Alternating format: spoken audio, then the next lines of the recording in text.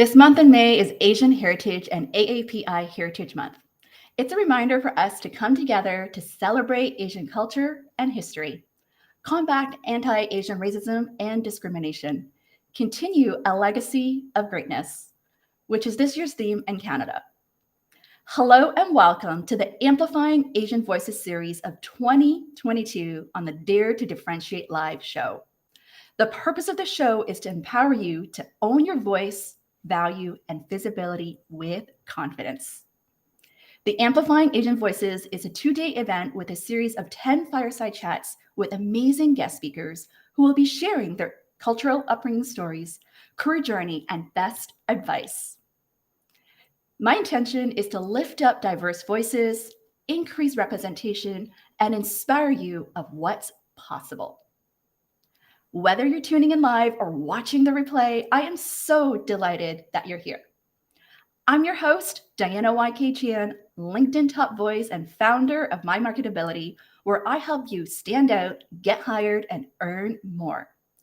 If we're not connected yet, make sure to follow me on social media on my LinkedIn, YouTube, Instagram, and Facebook. So comment and let me know, where are you tuning in from? And because it's Asian Heritage Month, tell me, what's your cultural identity or ethnicity? Welcome, welcome, welcome. So let me get started here. So I'm based in Markham, Ontario, which is based here in Canada. I'm Chinese Canadian. Let me tell you a little bit of my upbringing story. I was originally born in Hong Kong, immigrated to Canada when I was 5, where I lived in London, Ontario. And I remember during that time, I was one of the very few Asians in my class. One day when my brother and I were waiting for the bus to go to school, we were actually faced with a bullying situation by some older kids where they lift us up to a fence and they just left us hanging there. And we had to wait for the bus driver to rescue us. And I remember my mom was furious about it when she found out. And she actually found out where they live and actually told the parents or the kids to never do that to us again. And that was my first experience of reminding me to really stand up for myself. And then when I was 10, we moved back to Hong Kong with my family. And I remember at that time, because my Chinese Cantonese was so poor that I dropped a grade, I couldn't even write my Chinese name. I went from being the bottom of the class to the top of class within 2 years. I remember, even though I was born there, I was even called a banana, white inside, a yellow outside there. And then when I was 16, my parents decided to send me back to Canada on my own, living in London, Ontario, for a better life and education. And at that time, I had 3 part-time jobs in high school, and I also started my math tutoring business because I was good with math. And now for the last 16 years, I've been living in Markham, Ontario, with a high population of Asians there. I could pretty much get by without speaking any English because I'm still fluent in Cantonese. All right, so I started the Amplifying Asian Voices series in 2021 because of the anti-Asian racism has been on the rise since the pandemic, and because of some of these stats that I learned around career advancement and hiring. Did you know that Asian American white-collar professionals are the least likely group to be promoted into management? Less likely than any other race, including Blacks and Hispanics. 65% of AAPI managers view the bamboo ceiling as a moderate to serious problem in their careers. 90% view it as a problem. White men and women are 154% more likely than Asians to hold an executive role. Asian Americans represent 27% of professionals in the US, but only half of that among executives. A Chinese named applicant would need to put in 68% more applications than a Western named applicant to get the same number of calls back. Let that sink in for a moment. So being a career coach, I knew I needed to use my platform to feature more Asian leaders to inspire others. So let me just check in the comment to say hello. Who do we have in the house here? Hi, Kathleen. Hi, Stephen. Stephen is in New York, Chinese American. Who else? Anthony in San Francisco. Hi, Hilda and Markham. Hafiz, nice to have you as well. Michelle, great to have you as well. And is it Estha? All right, amazing. Tuning in from India, amazing. Okay, that's great to hear that. Okay, so here's what to expect for today's agenda.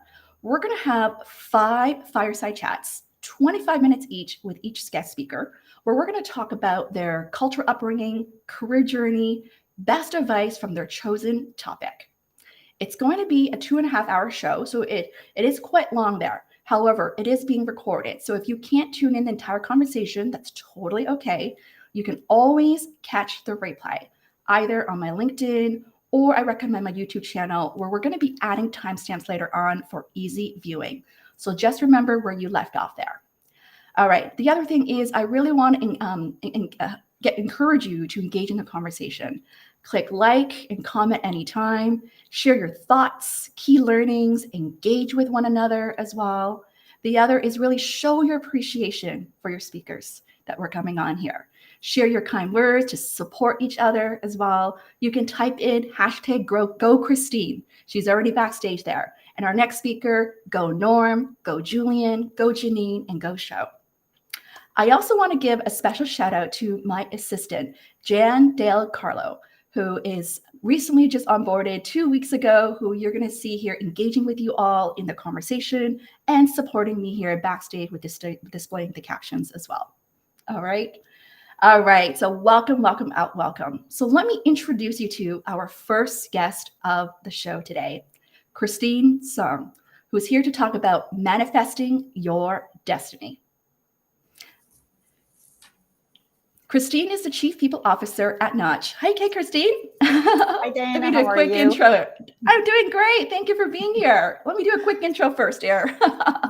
Christine is a Chief People Officer at Notch, a Toronto-based software company, and also the founder of Top Scale HR, a boutique HR consulting firm focused on helping tech startups scale by implementing tactical strategies that work for fast-growth companies. As a certified HR leader, Christine has over 20 years of progressive HR and operations experience working in diverse industries, from large corporate environments to smaller early-stage tech startups, where she spent the last 5 years as an HR executive reporting directly to founders and CEOs. As a talent and people leader, Christine creates impact with her passion, discipline, and raw tenacity to deliver results in a very unconventional way by focusing on customizing programs for businesses based on their needs and what stage the company is moving towards. Welcome, Christine. Thank you. Happy to be here.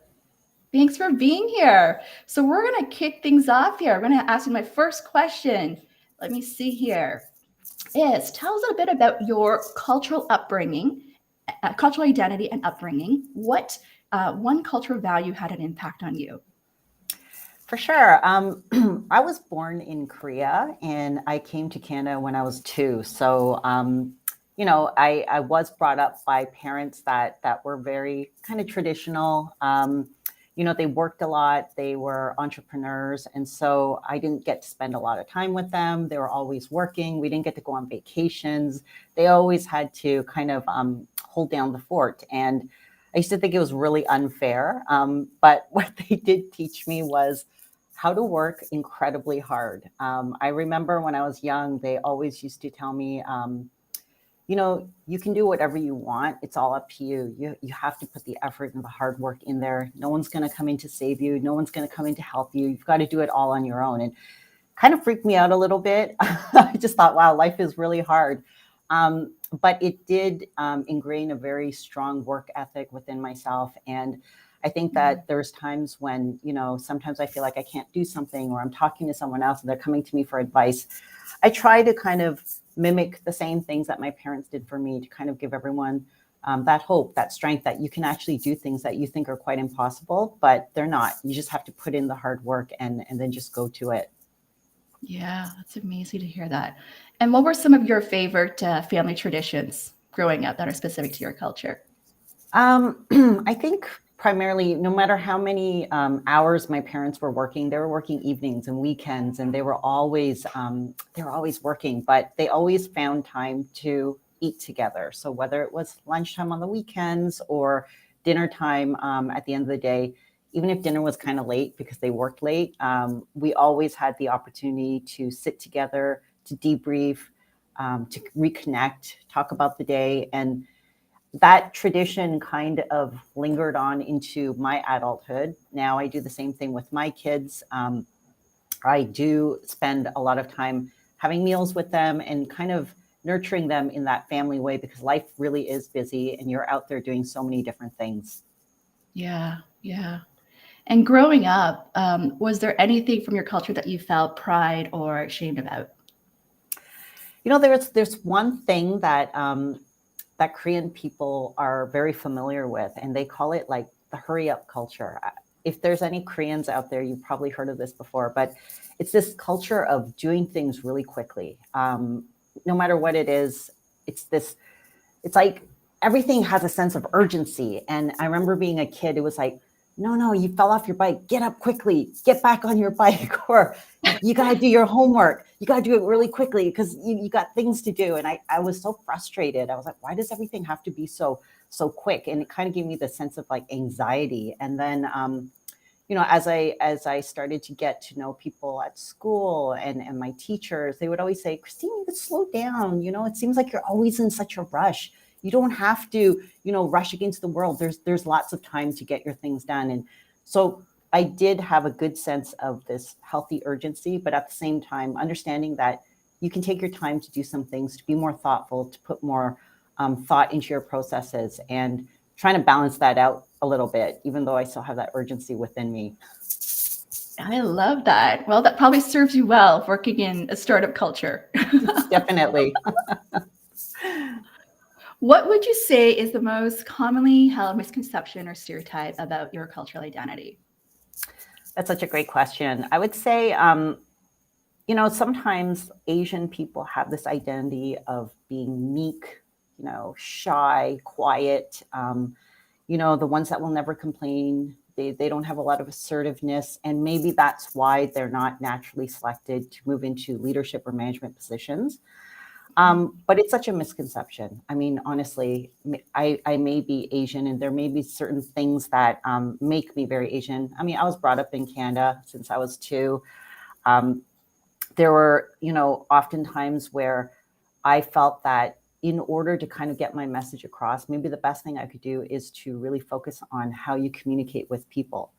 I noticed that if you can articulate things well and you could speak more eloquently, you captivated audiences more. And I think in that sense, it's really horrible that people will judge based on how we appear or what our backgrounds look like. But at the same time, there's often ways that you can kind of work on yourself to prove them wrong. Yeah. I mean, it's the best thing that you can do is to show them that, hey, you were wrong about me. And, I grew up in my career, I worked in the corporate world before I joined startup. And there was something very unique about corporate. People looked a certain way and people were promoted from a certain background. And I remember even just being in HR back in the day, I had people who came forward and said, I've never seen like an Asian person in HR before. Wow, you really represent us. And I wasn't even in a management role. I was just a generalist, and people were saying like, wow, you're the first Asian person in this HR team. And I was dismayed and kind of sad at the same time. But then I thought, you know what, maybe I'll be the first to change things. Maybe I can contribute to making change in the workplace. And I think I've always held that belief, and hoping that we can kind of create more diversity in the workplaces that we work in this day and age. Oh, I love that. I love that. This ties into the next question here, which you're leading to. It's like, what earlier those life challenges or stories that give you the motivation to do what you do today? Yeah, I think it's part of that work ethic. I always say that if you want to achieve great things, it doesn't come easy. You don't just graduate from school and then suddenly get a job. And then, sometimes I get like really young, inexperienced people ask me, so when do I get my next promotion? I've been here for 3 months. I think I'm ready for management. And I always say, it's going to take a little bit more work than that. I think if you can find the patience within yourself to figure out, what do you have to do to move that dial? What do you have to do to kind of ensure that you can meet your goals, to achieve great things? You've got to put the work into it. And I think that people sometimes choose to take the easier road, and it's hard when you kind of look at life that way. I think that work is hard. Achieving great things is hard. And so I think if you can kind of buckle up and think about all the hard things that you have to do to get to where you want to go, there is that sense of reality. And that's kind of what I kind of preach as well. When people are looking to do great things, I said, you have to put in the work and the time to do those hard things. Do the hard things. Yeah, type in that there. What are the key learnings here? I love this conversation. This is getting so juicy here. I love it. So type in the comment. I'm gonna look into see here like what's resonating so far. We're gonna now move into part 2 of Christine's career journey here. And for those who are just joining, welcome to the Amplifying Asian Voices series. We're having 5 fireside chats today. And now I'm going to ask Christine our next question about her career journey is, what are your key career highlights that led to where you are today? Yeah, I love that. When I think about the highlights that led to where I am today, I think it was people that believed in me. You've kind of got to believe in yourself. And when I was younger, I was a little bit quiet. You know, my parents kind of created this insecurity in me, like you got to work hard and people may not notice you, but you've got to take care of yourself. And so I thought like life was really hard. And I thought that there was no one out there that was going to support me. You got to do things all on your own. And sure, you create a lot of grit within yourself, but you also feel the insecurities. And we've all felt that. But what I did realize was there were certain people that recognized the work that I did. There were certain people that seemed to notice. And, you know, in your lifetime, you're going to meet people like that who kind of take an interest in you at work, or, you know, it might not be your direct manager. It could be someone above that manager who kind of takes interest in you. Take the time to get to know them. Take the time to showcase what you can do. This is not the time to be shy. You know, you need to step up, show your assertiveness, show what you can build. And I did have certain very high level figures that seemed to notice the work that I did, and they would come forward and I would be like, oh my God, is the chairman talking to me, or the CEO just approached me? Like, I didn't even know he knew my name. It was these moments where I think you can make an impact. Share what you're thinking. I remember I worked for a very high level chairman for a luxury goods store. And he said, like, what are we doing wrong? What do you think we need to do to get our customer support tickets at a higher level? What do we need to do to get that NPS score up? And I was thinking, wow, he's asking little old me. I'm just this 20-year-old little kid. I'm like, okay, you know what? I'm just going to go for it. And I gave these suggestions that I had been thinking about. He's like, that's fantastic. He goes, you know what? You actually need to come into our leadership meeting and talk about this and share your insights. These are the moments that I'm talking about where you can actually make an impact with the people that are noticing you. And that's happened a few times in my life where I was grateful enough to gain some experiences and positions that I never thought was possible when I was younger. Oh, I love that. You know what's resonating, which the work I do, it's all about also speaking up, being confident, sharing your voice. Like this is what you're teaching us. And I love that. So tell us about a career defining decision that really changed the path of your career. What impact has it made? Yeah, I've talked about this a few times with people who have asked. I think that the moment that my career changed was when I decided to take a leap of faith. I always say, like, we have to be comfortable taking risks, because honestly, you only live once. And if you live safely, you're never going to make mistakes, but you're never going to do anything impactful either. So the one risk I took was, I'm not sure if it was out of frustration, but I just wanted to leave corporate life. I wanted to try something new. And this was about maybe 7 or 8 years ago. I applied for a job. It was at a startup. I don't even know if startups were cool back then. They used to call it like small businesses or a mom and pop shop. But I applied for a small startup and took the risk, left a very comfortable corporate job. And it was the best decision I ever made. I never looked back. I've been working startup ever since then. And I think what felt really amazing about this experience was that it was a different type of environment, maybe the type of environment that I felt like I belonged in. It was fast paced. It was ambiguous. You had to be comfortable taking risks. And the people in these startups that I joined were very diverse.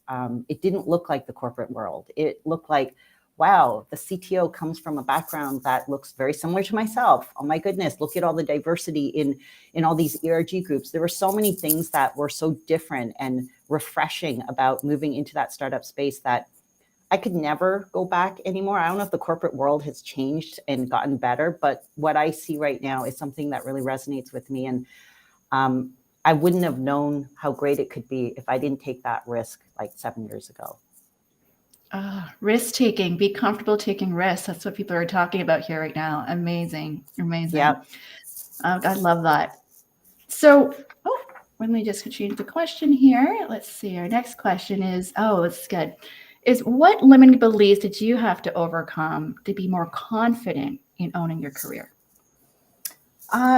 You have to believe in yourself. I think that a lot of times we have this this fear that we can't do things, that we weren't meant to be. Oh, I'm not worthy. I wasn't built that way. And I think you kind of have to get past that. And I think this is what limits a lot of people from doing the things they want to do. When I have conversations and I'm networking with people, they always say, you know what, I would love to take a leap and do this thing, but I'm scared. You know, I've been here so long. I feel so comfortable. I'm paid well, but I'm really, really unhappy. And I'm like, but that's the whole point. You know, you're unhappy. It's like you're going to constantly be unhappy if you don't decide to make a move to change. I have a friend who worked in banking, and she told me, like, honestly, 20 years ago, that she hated it and that she's going to make a move. She's going to get out of banking and do something risky. She's still there. And now she's just trying to retire. And I was just thinking, wow, 20 years went by where you said you were going to do something, you never did it. It's this fear that is so debilitating. And I always say,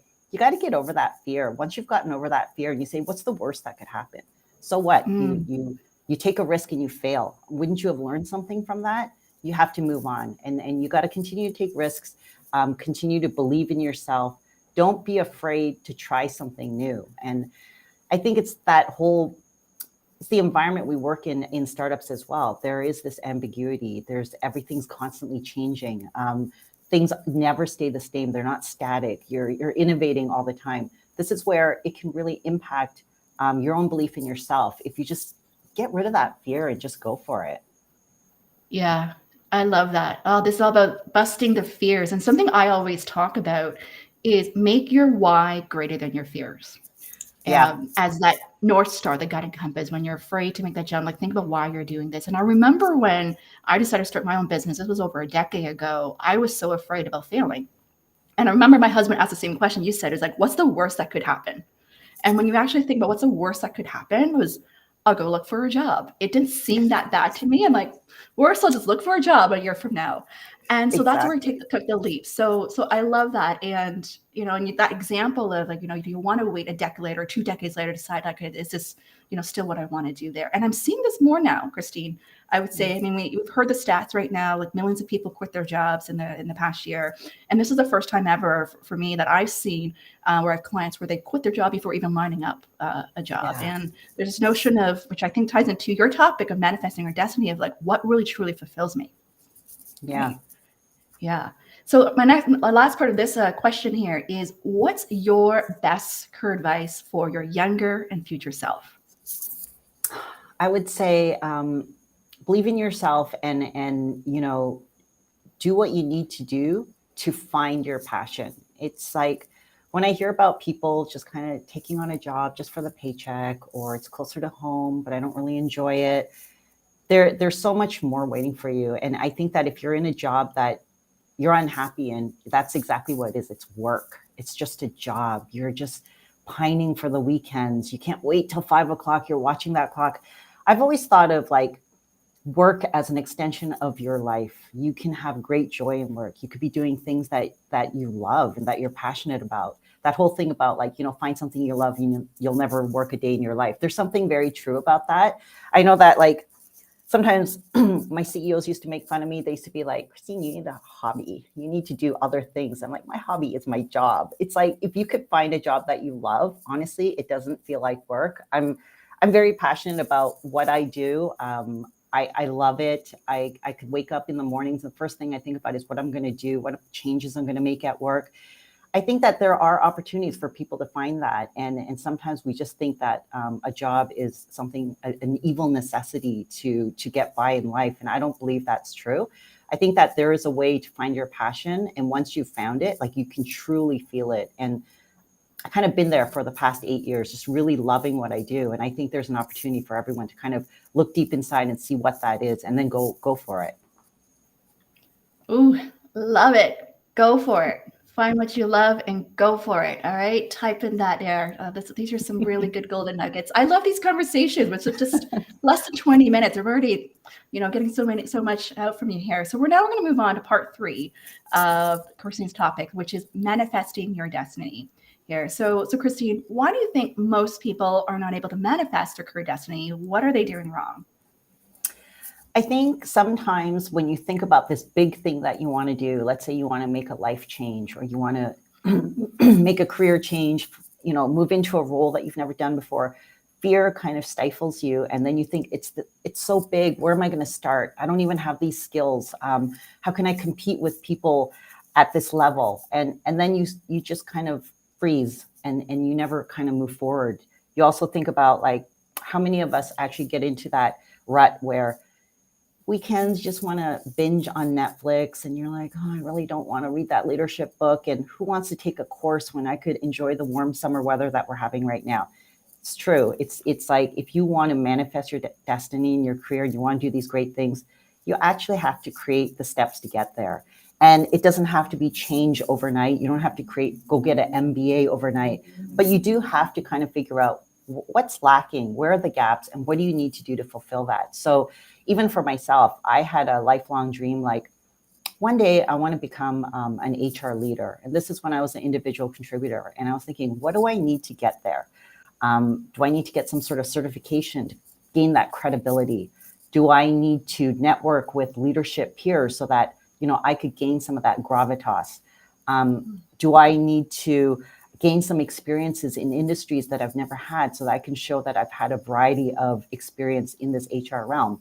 And I worked on every piece bit by bit. And it was a little bit, every couple of months. And I eventually started getting to where I wanted to go. I started getting traction. I moved into a management role. Then I said, what do I need to do to get to a director level role? Once I got to that director level role, so what do I need to do to become a full-fledged executive? And it wasn't necessarily like, oh, I just want to climb the ladder and this is what I need to do. The reason why personally I wanted to get to the very top was I wanted to be that person that can make the changes happen. I thought that, HR can be this very bureaucratic, policing kind of industry where people don't typically like HR people. They're like, oh, they hire and fire people. They don't do much else. They're like paper pushers. They're in the admin, in the back office. And that's how people saw HR. And I thought, no, I'm going to change this industry. I want us to be progressive. I want us to be part of the business strategy. I want to put some innovation into, the programs that we roll out. And I felt like the only way that I could do that was I had to get into that position where I could influence and be able to make the changes happen. And so I took the steps, the hard work that you have to do, the uncomfortable stuff that you have to kind of stretch yourself in to get into that space. And there were times I was very uncomfortable and I felt so insecure, but guess what? You keep doing it and then it gets easier and easier. It's like you're on autopilot after, and you just have to continue to stretch yourself so that you never stay complacent. Amazing. What I'm hearing is, a few things I want to recap here is one is get clear on your why. Once you've cleared your why, second is get clear on your vision. And then from there is come up like a reverse engineering plan of what do I need to do to get there? Like those are things I heard what you did, Christine. So that's amazing to hear. So which brings us to our next question is what can one start doing to manifest their own career destiny? Yeah, I would say make a list. Simple as that. I always tell people make like a whiteboard exercise. Think about what do you love about what you do and what do you not love so much? Start thinking about, putting this into a whiteboard. Think about what can you do to kind of get yourself to the next level. So do you have to take courses? Do you have to, kind of go do some networking? Do you need to have a conversation with your manager? Like there's something as simple as letting your manager, your direct manager know where you want to go in your career. And I've talked to a lot of young people where they surprise me. They'll say, well, in terms of my career, I'll just ask my manager, what should I be doing next? And they should know. And they should just be telling me that. And then I'll just let them kind of manage my career. So like they truly believe that their career is in their manager's hands, and it's not. I mean, your manager's there to support you. Your manager's there to provide you with resources or, stretch you in opportunities at work.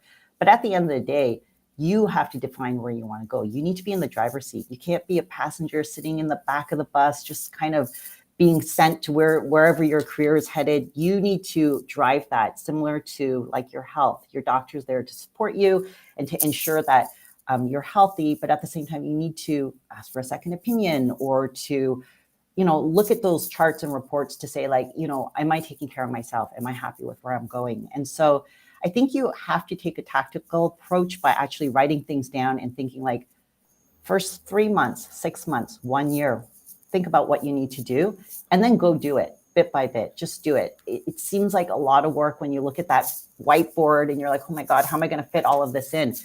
But everything takes steps, like Rome wasn't built in a day. You got to kind of take those baby steps and you'll get closer to your destiny. And I swear everyone can do what they want to do. People always say, no, I'll never get to that level.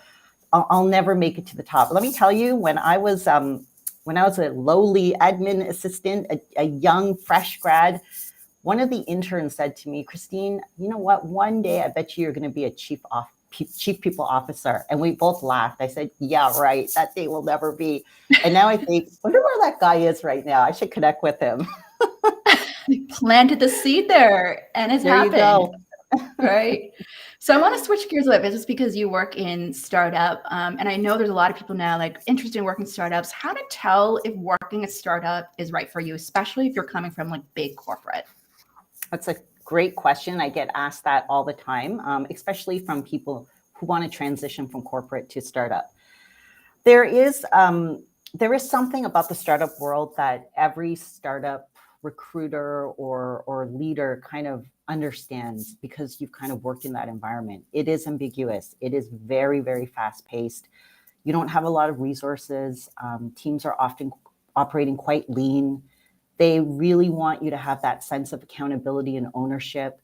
They don't want to hire people that are kind of sitting and waiting for the next assignment to come to them. You need to go out there and get it. And you have to wear multiple hats. You have to be comfortable doing a lot of different things and stretching yourself. I know that when you get to corporate, they tell you to stay in your lane, don't step on any toes. You have a very specific job, and you got to focus on that. But not so much for the startup world. You do need to lean into a lot of different departments. You do learn quite a lot in that short period of time. For all the ambiguity and the stress that you go through, you typically learn way more than you would in a corporate environment in a very short period of time. And I've always said, when I talk to people who work at startup, they say, man, I've only been here for a year, but it feels like I've been here for 3 years. And there's something very true about that. When I first joined my startup, the board of directors backed me up and said, like, we want to accelerate your leadership development, and so we're going to put you in this program, and we want to put you into an executive role earlier than you would have gotten if you went into corporate. If you can handle that kind of stress and you're willing to push yourself to the limits that just kind of give you that stress, you're going to succeed really well in startup. If you are a self-starter and you can motivate yourself to do things, and you're not afraid to make mistakes, and you want to, really solve a problem, you're going to do well in startup. You can't come to a startup and just think of it as just a job, because nobody wants to hire people like that. You've got to really believe in what you're doing, and that's the only way you can change the world. Amazing. Amazing. And my final question here to wrap this up with your topic is, once you get clear on your vision, what you want, how do you really gain support from management in reaching your career aspirations and vision? Yeah, I think a lot of people think that, I'm not going to tell my manager what I want to do. It just sounds so big and audacious, and they probably won't support me. That's absolutely not true. When I talk to other leaders, they always say, like, I feel like I have to have a career discussion and pull it out of my direct reports. I wish they would just tell me what they want. Or there's this assumption that they assume their manager knows what they want. Your manager can't read your mind. You need to actually tell them where you want to go. And, when I have career discussions with team members or just employees at the company, they tell me what they're interested in, even if it's outside of their job. And what I do is I kind of take that information, put it into my back pocket. And when there's an opportunity that comes up where I could put them into this stretch assignment, I'll say, why don't we reach out to like Billy there? He mentioned that he wanted to get into marketing. There's so many opportunities where when you have these conversations, you could be put into positions that you never would have thought would have come your way. If you didn't have those conversations, it won't. And so you need to be vocal about where you want to go. And then secondly, you need to contribute to your own development as well. Your manager is not there to spoon feed you and get you to where you want to go. You have to create your own personal development plan and say, now what am I going to do on my own to get to where I want to go? And I've seen people, sign up for speaking engagements. I've seen people create their own like peer groups. You've got to actually contribute to your own development as well. And that's the only way you're going to accelerate your learning and development. Oh, amazing, amazing. Thank you so much, Christine. This was amazing. Type in the comment to let us know what's your biggest takeaway from Christine's talk. I also want to encourage you all to follow Christine on LinkedIn. She always shares some really practical advice on LinkedIn. I love following her. That's how I met Christine over a couple of years ago. She shares some really, really good leadership advice and just from her firsthand experience as well. Thank you so much, Diana. Thank you. Have a great day. You take care. You too. Bye. Bye. Wow, wasn't that amazing? Type in the comments of what your biggest learning from the first guest speaker with Christine here. So I'm going to introduce you our next speaker as well as Norm Lam, who is the SVP of Revenue at DAZN Canada, the fastest growing global OTT over-the-top sports streaming service, and leads all their business activity in the region. Prior to all things DAZN Canada, Norm spent 25 years in the cable industry and has held various positions in Canada with both Rogers and Bell, as well as most recently Vice President of Video Product Management Packaging at Time Warner Cable in New York City. Norm's experience spans the functional areas of marketing, programming, content acquisition, customer care, and product management. Combined with his intimate knowledge of the video distribution ecosystem and cross-functional operational experience, he has helped companies lean into this new digital OTT world. I'm really excited to have Norm with us today. So let's welcome him and type in #GoNorm. Hey, Norm. Hey, good morning. Good morning. How are you? I can. There's a little static there, but let's see if that will fix that later on. Let's see. Okay. Well, thank you for connecting. I know we just met like less than a month ago through our mutual connection, Saman Wong, who was one of my guest speakers here last year, just a year ago. And I was so excited when he recommended you and that we got connected. Yes, I'm super excited as well, and I'm really excited to talk to you guys. I was listening into Christine's conversation with you, and I'm not sure I'm going to be as directional or as informative as her, but I'm going to try. For sure, I'm going to try. Amazing, amazing. There is a bit of echoey sound. I don't know if the audience can hear because I do hear that a little echoey. I wonder. I don't know if it's I'm the going to take off my AirPods. headphones, and maybe that's going to help. I was afraid that might be bothering it. So okay, let's see if that works before we dive in. Yeah, because I want to make sure good audio here. Is that better? Let's see here. Better or worse? I don't notice a difference yet. Static.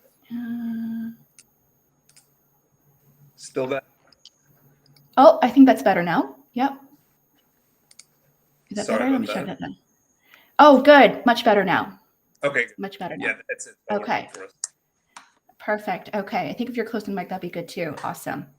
Amazing. So we're going to start the first question of understanding about your cultural upbringing is tell us a bit about your cultural identity and upbringing. What's one cultural value that had an impact on you? Great. So Canadian-born Chinese, so proper CBC. Obviously come from an immigrant home, very blue collar, humble beginnings, I would say. And I think the biggest piece for me was twofold. One was the focus on working hard, which is obviously a great trait and things that will help you in the corporate world.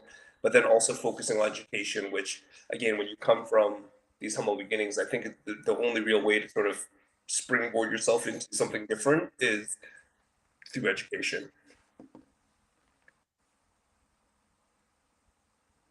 What were some of your favorite family traditions growing up that are specific to your culture?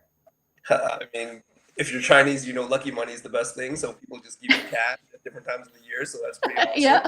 But, you know, honestly, I think the biggest one for me is in the Chinese culture, there's a real focus on sharing success. And it's you who's actually bringing that success. So, for example, if something good happens to you, you take everyone out for dinner or something like that. And I think there's something really beautiful about that, which is you really understand who supports you and you celebrate with those people because no one gets there on their own. Yeah, yeah. Chinese New Year was one of my favorites as well, especially in Always. Hong Kong growing up. I always competed with my siblings, like who would get the most red pocket money as well there. So growing up, was there anything from your culture that you felt pride or shamed about?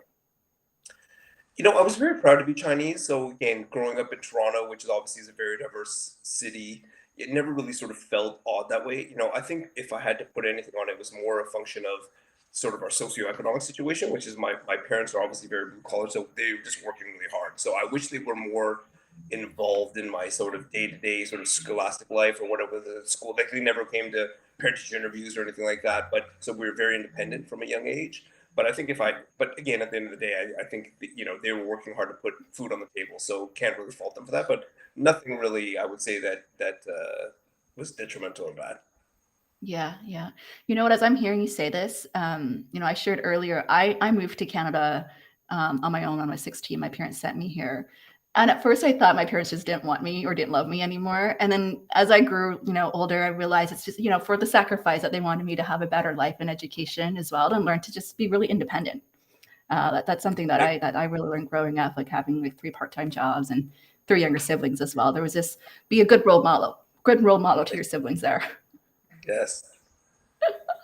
What would you say is the most commonly misheld misconception or stereotype about your cultural identity? Yeah, I think ultimately in what I would say North American corporate culture, they think that Asians in general tend to be less outgoing. And if I had to sort of articulate more back office versus front office, and even in my own career when I look around, which obviously is more on the sort of front end sales, marketing, strategy type of work, there aren't a lot of people that look like me. There aren't a lot of people who look like us. So it's I think ultimately you get the feedback, hey, listen, we're not sure that you're client facing or things of that nature, which I think is a massive, because we can't treat Asians as a monolith. We're not one type of person. We're different type of people like every other culture. So from my perspective, I think that's probably the biggest one. Yeah. And what has there been any impact on you? Does it give you more strength, or what was that for you? I mean, what's interesting is this is not a cultural thing. I think ultimately I've always been a fairly confident person. So I think from that perspective, for me, it's just sort of just pushes me forward, and I just can sort of continue. I don't really care that much about what other people are thinking necessarily, so I just keep pushing forward, and just I would say the party's where I'm at, so I can just keep forward. Yeah, I love that. And so, what earlier life stories or challenges give you the motivation to do what you do today? And this is going to be a bit of a long story. I know we're short on time, but I'll sort of summarize it quickly. I think, for boys, anyways, when I was growing up, I was, grew up in Toronto, grew up in the city, and I thought it was cool. 15 years old, thought it was hot stuff, and really smart. Everyone, I knew all the answers. And my parents took me back to China, and my dad took me to his village, which he hadn't been to for 30 years. And I remember seeing, no disrespect to you, this is in the 80s, and seeing my cousins running around the farm. So I still had family that lived on a farm, and going to the farm and seeing the farm and seeing how my cousins were growing up, literally like not wearing shoes, running around playing with leeches in the rice paddies, and literally rice paddies. And nothing wrong with that. But from contrasting my life, I thought to myself, oh my God, if my dad didn't leave this place in the way it is right now, and I wouldn't have had the life I had, it really contextualized and put in perspective for me what a great life I had, and the sacrifice that my family had made to get me to where I was, which is a place where I could have opportunity. And so I really, at that time, internalized in my mind at 15, was like, if I didn't do something with my life, i.e., as simple as not being a burden to my parents, I really have failed, and I really have, honestly, sort of, to be dramatic, like spit in the face of their sacrifice. So, from my perspective, I'm very much about, not being a burden, and then to a certain extent achieving to a certain extent to make them proud. I mean, it sounds pretty corny, but that's what it is to a large extent. So that had a lot to do with it. And I think the other piece, again, to extend, make a short story even longer, I think also coming from a humble background, and we talked about this in our sort of pre-conversation, Diane, it's like you learn some really quick things, like you need to deliver a bunch of stuff. So, I would say growing up from humble beginnings, there are 4 things I knew I had to do. So one, I had to hustle my ass off. Like no one was going to give me anything. There wasn't some cousin or uncle that was going to give me an executive job somewhere because I was connected to them. So no nepotism there. Number 2 is because we're sort of on the outside, to be invited to the party, you literally need to add value. So like, what are you bringing to the party? And if you don't have anything, or you're not expert at something, or you're not good at something, you're not going to get invited. So you needed to bring some value. Number 3, and that's kind of built into a certain extent, you have to be humble. And so, you can't learn. I would say you can't learn something unless you're humble, and you have to listen to learn. So if you think you know it all and you're chatting all the time, you're not going to learn a damn thing. So you need to be humble. And I think the last thing, which is probably a combination of all those things, but probably the most important, is you end up being able to talk to anybody. So you treat the CEO of a company the same as the janitor, and you can have meaningful conversations with both of those people. And I think when you add that all together, that also was something that really motivated me, sort of contextualized for me how to actually go about doing stuff, if you will. Yeah, that's amazing. I love that. That's all that honest conversation here. Norm, we're still hearing a little bit of static sound on your end there. I don't know how to change that. I'm going to try. Is that any better? Refresh. Yeah, that's a bit better. Yeah, before maybe also if you can maybe a bit closer to your mic because it's your computer mic, right, that you're using. Yeah, that may be a little bit better. The static there. Okay, so now we're going to move into part 2, which is like the career journey questions. For those who are just joining, welcome to the Amplifying Asian Voices series. We're having a fireside chat here with Norm Lam. And so, Norm, what are your key career highlights that has led to where you are today? Yeah, it's a great question. I mean, I think there's a lot of things that I've by virtue of sort of luck in my career, I've actually done a lot of interesting things. Lots of firsts, launched VOD in Canada, launched, first tier of like high-speed internet, lower tiers for high-speed internet, sort of maybe globally.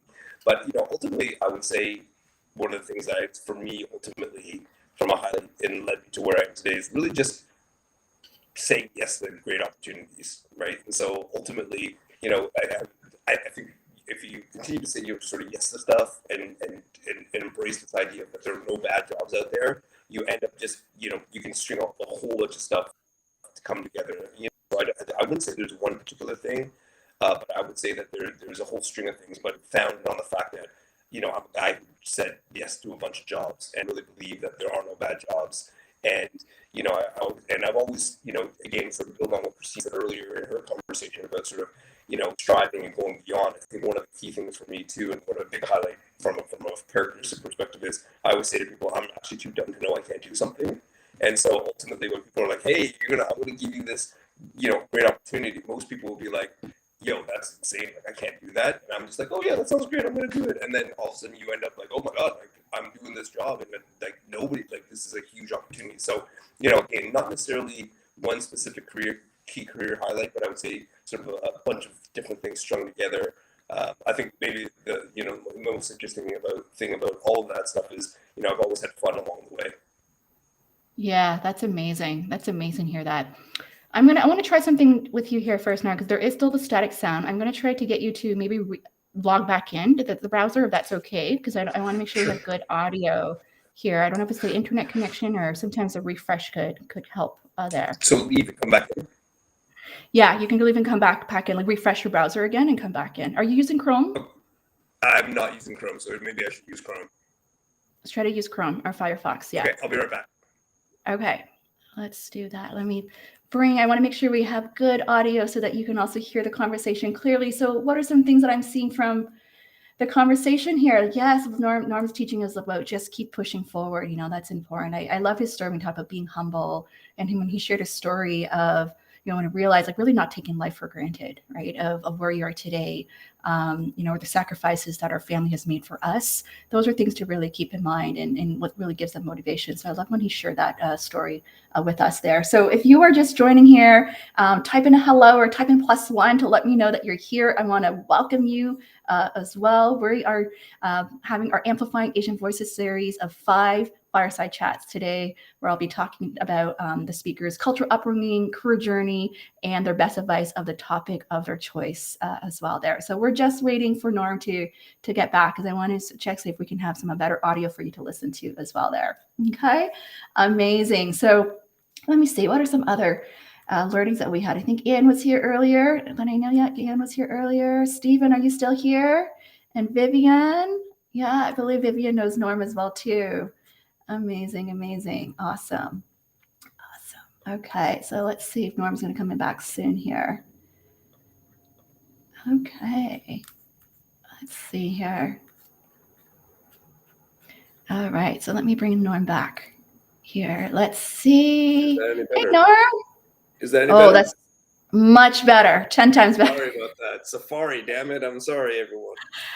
Oh, it's Safari. Okay, I'm glad I checked the browser. I'm glad I asked that. Yeah, so I'm on Chrome now, so it seems to be much better. Oh, my goodness. I'm so glad. 10 times better. Okay, so Stephen, thank you for still being here. I just saw your message for good stuff. Still here. Thank you, Stephen. Okay, so moving on, the next question is, tell us about a career-defining decision that changed the path of your career. Yeah, I think there's a critical, so one in particular. So I was working at Rogers for many, many years, started my career there. And there was a period of time where I was kind of looking around and a bit disillusioned, if to sort of, for lack of a better term. And I said to myself, you know what, I'm going to start my own mentoring sort of program, which I told my boss. And there were two VPs that I really respected. I was junior at the time. I'm going to say like a junior manager. And I just went and set up meetings with them. And it kind of leads into sort of what I was talking about earlier about sort of, and it's sort of the message of this talk here, which is it's not what you know, it's not who you know, it's who knows you. And so ultimately I set up these interviews and I sat down with this one particular gentleman and, we just started talking. I said, and he's like, why are you here? I don't work with you. I don't know anything about you. And I said, you know what? You're a young guy. You're obviously successful. You've done something right in your career. And I want to figure out what it is so I can model it, basically. So it's like, what do you do? How do you do what you do so I can actually sort of model behind that or mimic it, if you will. And, what he ended up telling me about his career. And I thought that was really insightful. And I learned so much about it. And I think the more important thing ultimately, and again, it's very consistent with what Christine said earlier, is like, he got to know me. And so he knew what I wanted to do. He knew that I wanted to own a P&L. He knew that I wanted to do a whole bunch of, move out of marketing communications, is where I started my career. And, when the time came, there was a job that sort of fit that model. He's the one who came to me and said, what do you think about this job? And that was probably the big break of my career. And I tell people all the time, that was a seminal moment where I went from doing jobs to having a career. And so it was an important part. And it all came from the fact that I just took the initiative to speak to this person and, in a very honest and real way about what I wanted to do with my career. And he responded by, keeping me in mind when the appropriate time came. So that was probably the biggest one.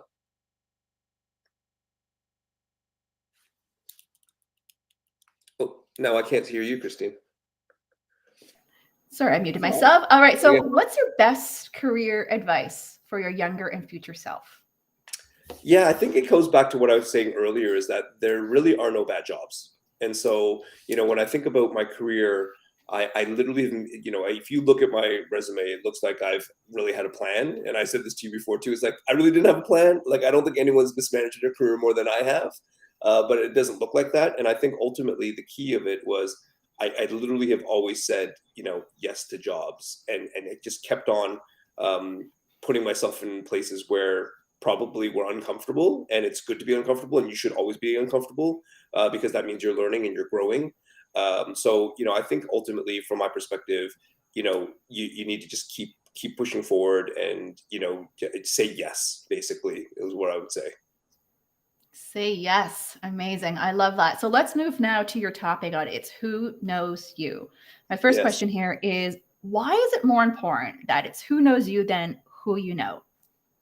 Yeah, so I would say a few things. So the story that I mentioned earlier is sort of just how, if someone knows what you're capable of and what you've done and where you're looking at, and that you're thoughtful and you've actually, that you're not just out here doing randomness, I think ultimately people will look out for you to a certain extent, and it's putting it out there. So, it's enough to, it's great to know lots of people, but ultimately, unless they know what you're capable of, it's hard. And by way of example, again, I work for DAZN now, but ultimately I've had a consulting business as well. And, my consulting business is founded on the fact that people know what I can do, which is if you want to talk about distribution, if you want to talk about pay television, if you want to talk about sort of cable, if you will, like I'm the guy. So, and so ultimately there's something about that. And I tell the story all the time as well. When I worked at Time Warner Cable, we were probably a team of like 50 people, and biweekly our chief content officer would have a meeting. We'd sit around the table, and ultimately, this goes along with the idea of the biggest brand or the most important brand you're going to manage is your own brand, and about people knowing you and what they think of you to a certain I shouldn't say about think. It's what you deliver to a large extent and how you deliver it. We'd be in these meetings, and invariably they were bi-weekly. So every 2 weeks, what would happen was at the end of the meeting, so we'd have the whole agenda sitting around 50 people, and this chief marketing officer would look at somebody and say, "Hey, Norm, like, hey, you used to work at Rogers. This person reached out to me. What do you think of them?" And if you literally just paused for a second, like, they'd be like, okay, she's like, okay, I'm moving on. I'm not going to call them back. Right. It's that sort of narrow a thing. It's fine a thing. So unless you're coming out endorsing right away, it's like, oh yeah, you know what? Norm's a great guy. So so-and-so's Diana's a great person. She's great to work with. Easy. She delivers, blah, blah, blah. And so if someone can't speak intelligently about you, about how you deliver stuff, it's just as quick as like that. So my comment would be is it's important for people to know what you bring to the table. And again, if you think about successful brands around the world, they do a few things. They have a set of values on what they're going to do. It's like they have a purpose. What am I going to do? They have a set of values on how they're going to deliver that purpose. And then frankly, the last one thing is probably the most important is they're consistent in how they deliver it. So you need to consistently deliver and live your brand to a certain extent. So again, if I look at Coca-Cola, for example, what's their goal in life? Serve up tasty beverages. That's their goal. Number 2, they have a set of values on how they're going to go about doing their business. I don't know what those are, but there are. And then 3 is if you go anywhere in the world, Coca-Cola's Coca-Cola. Looks the same, got by and large tastes the same. So, ultimately you have to be consistent in how you deliver what you're talking about. I love that. Manage your brand. If you want to build your reputation and known for your expertise, some great advice that Norm just provided. So my next question is how to talk to anyone and develop a strong professional network. This is something quite common I hear, even just from my clients have trouble in building their network there. And I know you're really good with that. I'm very fortunate, and I realize it's harder. So it comes to me naturally because I'm interested and I care about people. And so that sounds on the surface quite simple, but I think ultimately for me, like I literally genuinely am interested about people and like how they got to where they are, what sort of pieces, all the questions you're asking me actually, how they got to where they were, what decisions they made, who influenced them. So I think for me, it's very natural. So I'm maybe not the best person to give people advice how to do that. But if I think back to, how I became that to a certain extent, or even with the advice I would give other people, I think a lot of it comes down to being honestly just authentic and real. Like be yourself. And ultimately at the end of the day, it also obviously helps if you're interested in people, but it goes back to the concept I sort of talked about earlier too, is like you need to be humble and you need to listen. Listening is better than talking, to be honest with you, in those situations. So getting to know people really comes back to really being genuinely interested in what they're about. And then I think the other piece I would say is there's a concept that I heard recently, so I should quote one of them, but I've completely forgotten who said it. But in these conversations, also be a fountain, don't be a drain. So add value to. So don't be in there desperate. Hey, give me a job. I need a job. But it's like, hey, what are you working on? Maybe I can help you do this instead. So I think that goes a long way as well. Building and you're not just talking to someone because they're a means to an end. Because to be honest with you, that goes back to the authentic and real piece. People see through that right away. Yeah, for sure. And my last question for you is how to articulate your value with confidence and position yourself for like unexpected opportunities. Yeah, I think back to your topic. Yeah, it goes back to, I think when it comes to speak up, I think a lot of it comes down to confidence and being I think you build confidence from being good at what you do, right? So, and also doing it. I know a lot of people feel like it's bragging, and I think culturally we have a challenge with this. This is one of the comments I made earlier. Is like, growing up Asian, you're not necessarily incented, or you're not told that you should speak up. You should be very quiet about what you are and sort of forge ahead. And my thing is like, you can talk about your successes and you can talk about your achievements and talk about what you do in a very non-offensive way, I guess is the way to put it. And, I'll give you an example. I used to have a friend who was really great at golf. And, I'd be, hey, man, you're so good at golf. And you expect him, like most of I'd be like, well, I'm not that good at golf. You just kind of be differential and whatnot. And he was like, I'm really good at golf. I am good at golf. And I was like, whoa, like, that's kind of shocking. Like, you would just come out and say that. It's not very humble. But he's like, I'll be honest with you. I say it because I work damn hard at being good at golf. So I'm good. And I work hard. Like, I practice 5 days a week, blah, blah, blah, whatever it is. And, if I think about that in my own context of what I do, is like, I've had a career for 25 years. I've consistently delivered stuff over that period of time. I've done it in a very specific way, which is, as I said to you when we talked, it's like, if you read my headline would be very specific, which is deliver results, service with a smile. And so that's my brand. So I manage it. So I'm not afraid to say those things to people, that I've been able to achieve a bunch of different things. But again, in the right way. I'm not braggadocious about it, if you will. And then I think ultimately the last thing I would say is sort of putting yourself in a position to get unexpected opportunities. I think, again, a lot of it has to do with the fact that be ready, be willing to say yes. And, the thing I talked to a lot of people about sort of managing their careers. And one thing I will say is people are fearful. They're governed by fear a lot. And it goes back to my comment earlier about, being too dumb to know I can't do it. I think part of it, that takes away the fear, a lot of it. But the other thing I always sort of articulate to people is there's going to be a lot of obstacles along the way. Don't be the first one. Just don't be the first one. And so it's really just don't talk yourself out of something. Like, let someone else say no to you. Just put it out there. Be confident in what you do and what you deliver. Amazing. Well, thank you so much for this, Norm. This was so good. Thank you so much for being here today. I love those stories and the tips that you provided. Comment to let us know what are your biggest takeaway from Norm today. Thank you so much for being here today, Norm. Thank you so much for inviting me. And sorry for the audio problems, everyone. I hope you enjoy the rest of the day. No problem. All right. You take care. Bye for now. Yeah, cheers. Bye. All right, that was such a great conversation with Norm. So next up, we have Julian Placino, who will be joining us today. So for those who are just joining, welcome to the Amplifying Asian Voices series. This is our third guest speaker of the day here. So I heard of Julian at least a couple of years ago. I was listening to his podcast, and I love listening to his podcast. Like, I was hooked with it and all the people that he interviewed. And I connected with him a couple of years ago on LinkedIn. And recently we chatted, invite for his show here. So Julian is the founder and CEO of Pathways Affiliated, a recruitment marketing consultancy that helps companies enhance, accelerate, and modernize their talent acquisition strategy. Prior to starting his company, Julian led recruiting at Bottle Rocket, one of the premier mobile development firms in the world. And his topic today is about pivoting from corporate to entrepreneurship. So let's come in and go, Julian, and welcome him to the stage here. Hi, Julian. Hi, Diana. How are you? I'm doing great. Thank you so much for being here.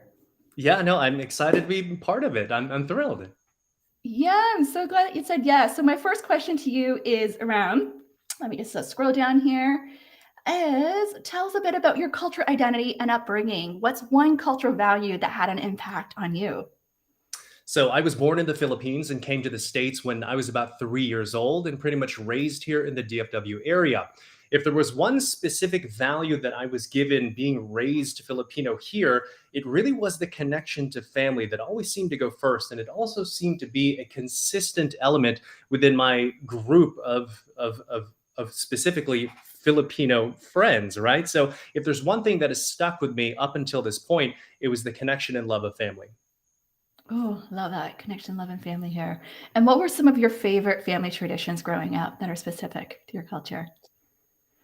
I don't know if it's specific to my culture. Maybe the way that we express it was specific to the culture, but it really was any holiday. So Christmas, Thanksgiving, New Year, some of my most fondest memories were really just fellowshipping with my family during those holidays. I guess what made it cultural was the food that we ate, adobo, pancit, and all the great Filipino traditions. So Nice. And growing up, was there anything that you felt pride or shamed about? wow. You know what, Diana? I'll be very honest with you. This is why I was reluctant to do this, because a lot of these conversational topics I had tucked away into my past because they didn't serve me. But I do remember very specifically growing up as a child, I had an insecurity about not being white. So whether it was a deep-seated insecurity about being accepted by my peers and just seeing physically I was different than other people, I always had that issue. And my mom would always tell me, like, whenever we go to outings, I would always say, Mom, are there going to be white people there? And she's like, yes, of course there's going to be white people there. It's because I had this deep-seated need to be accepted. So over time, I was able to sort of shed that, but only until we started having this conversation again did I recollect. But thank goodness I've been able to grow from that and now use it as an advantage. Oh, I love to hear that. So that's interesting, right? But feeling accepted, belonging as well. I think that's what you're talking about. What would you say is the most commonly held misconception or stereotype about your cultural identity? I'd say the biggest misconception that people had about me just because I was Asian is because they thought I was good at math and good academically, right? I was never really a good student. And I remember specific instances, especially in AP computer science, which is a huge mistake that I took, right? But I did it because all the cool kids were doing it. But I was computer science and all things math. And I remember there was this one person behind me, like copied my Scantron, like everything, right? And then the day after when we got our test, he looked just so completely gypped, like, dude, I like messed up. But I gotta say, as early on, that's like the most clear case of Asian stereotyping I think I've ever experienced, right? But lesson to that guy, don't cheat. So yeah, 100%. I'm terrible at math, and I'm not a good driver. It's like I have all of the weaknesses and none of the strengths of the Asian stereotype. Life's worst Asian condition, you know what I mean? And what are some of those earlier life stories or challenges that give you the motivation to step up to do what you do today? I love my family. They're my source and my strength. But early on, perhaps some of this insecurity came from me seeing how they were interacting. There was definitely a kind of insecurity my parents had because of their accent, right? And because of this, it's like, I don't know when it happened, but it happened. I promised I would never be that way. Like, I'd be able to assimilate into the culture, be proud of who it was that I am, and live my life all out in a way that made my family proud. I love that. I love that. Oh, I can feel the power in you. Can I say, I just feel this power in you, Julian, and what you do. Then you unlocked all of this like emotion in me because I never talk about this stuff. I always talk about recruiting and business and personal development stuff like this, but you really hit a nerve with this. And I'm grateful to you for reaching out to me and pushing me on this. Oh, that's amazing. Thank you for sharing that. That's so good. So let's move into your career journey. Let's talk about in terms of what are some of your key career highlights that led to where you are today. So my background has been talent acquisition for the past 16 years. Agency and also corporate has been my base. Technology has been my core discipline. For the last 7 years of my corporate career before making this entrepreneurial leap, I led talent acquisition at a company called Bottle Rocket Studios. In 2016, while working at Bottle Rocket, I started my passion project, my podcast, Pathways to Success. Over time, that podcast turned into a media company. And by building a media company, I began to fuse these insights of talent acquisition and what I knew worked in media, branding, and digital strategy. On the other end of that is what formed my company. So I have a recruitment marketing firm that helps my clients obtain a superior advantage in talent attraction and recruiting by guiding them through a digital recruiting transformation. Oh, I love it. You're so clear on what you offer too, as I'm hearing this. Like, this is such a great value prop of what you just stated here. And as I move into this hearings like that, tell us about a career defining decision that changed the path of your career. It sounds to me it's like job. Quit your job. Let's talk about this. Let's talk about this. I know that's a big piece of this topic. I'll let you segue organically wherever you let me to, but you asked the question, we're here now. But I made the decision to leave. I left Bottle Rocket in 2019, right? Yeah. That was a big decision. But the truth is, I've been entrepreneurial my entire life. I didn't have language for it, but my primary value was freedom and autonomy. And I started to see and looking at examples of people around me, the only people who had that were entrepreneurs, right? And I tried everything. I tried network marketing, real estate, internet business, all these things trying to just make money. But the thing that actually allowed me to actually succeed was to first focus on doing something that I love, developing a competence and finding capacities on how to use that to serve other people. And that's what helped me escape corporate America and start my own business. I love that. Let's type in this golden nugget. Number one is finding what you love. Number two is being competent, which is like being amazing at what you do in order to really help you start a successful business. So that's great advice here. What limiting beliefs did you have to really overcome to be more confident in owning your career or your business? That I wasn't as talented as my heroes. You know, when you look at the people that inspire you, you see the further iteration of who they are, right? But what you didn't see was the process that they went through. And I think that's an important thing to learn about success. There truly is no such thing as an overnight success. That is what we celebrate in the media. But everyone, you, me, everyone else featured on this list are here because of the process that we went through. So that was the limiting belief that I had to overcome, that I wasn't good enough like my heroes that I've had. But the first step, the most important step to make is that first one. Yeah, that first step. I have to tell you, as I'm listening to this, I remember when I came across your podcast, it was many years ago. I was really inspired by you because I think part of it was also like I didn't really see anyone like me who started a podcast or started a live stream, and so you were also my inspiration as well. I don't think I ever shared with you this, and also because of you, I also came, so seriously, because I also came.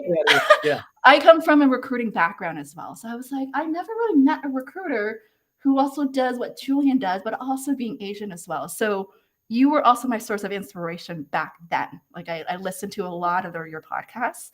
And so I was really excited when I found out that you decided to quit your job to start your own business there. That's so much to me. And yes, I never shared this. I guess I have to tell you now. Right. Yeah, Wow. how we all got connected here. I'm humbled by that. Yeah. Yeah. Amazing. So my next question is, what's your best current advice for your younger and future self? Know yourself. For the longest time in the very beginning and early in my career, I was trying to be like other people, things that I thought were cool, like, oh, I was going to be this way or I was going to be that way. But I learned the most effective that the self can become is by becoming more of whatever it is, right? So as early on as you can in life, get to know your strengths, your areas of interest, and how that can intersect with value creation for others. Oh, know yourself. That is so key. I always talk about the importance of soul searching before job searching. Like when you know yourself, you are more clear, more confident, more courageous in moving forward, and you just come across more compelling with your messages as well. And I can tell that just from the way you're communicating right now, it's very powerful, very compelling there. So let's move on to your topic, which is pivoting from corporate to entrepreneurship here. And I'm curious to hear from the audience. Any of you are considering making that pivot, type in like pivot there. I want to hear from you and let us know like what are some maybe your concerns or fears that you may have. So Julian, what steps did you take before you made the leap to full-time entrepreneurship? What were the biggest lessons learned? So first off, I would say this. I started part-time. And like I said, although I was able to make the leap in 2019, I had been practicing entrepreneurship for at least a decade, doing different things. Like I said, internet business, real estate, network marketing was incredibly valuable to me. I was learning the skills of entrepreneurship, right? That's probably the biggest thing that I did. Now, what allowed me to actually sustain a business and find the right thing was first that identifying that intersection of what is it that I was really good at naturally and I had skill in, my areas of interest, and also the value creation for other people, right? Because around 2016, when I started my podcast, the reason I started that was a place of frustration in my career.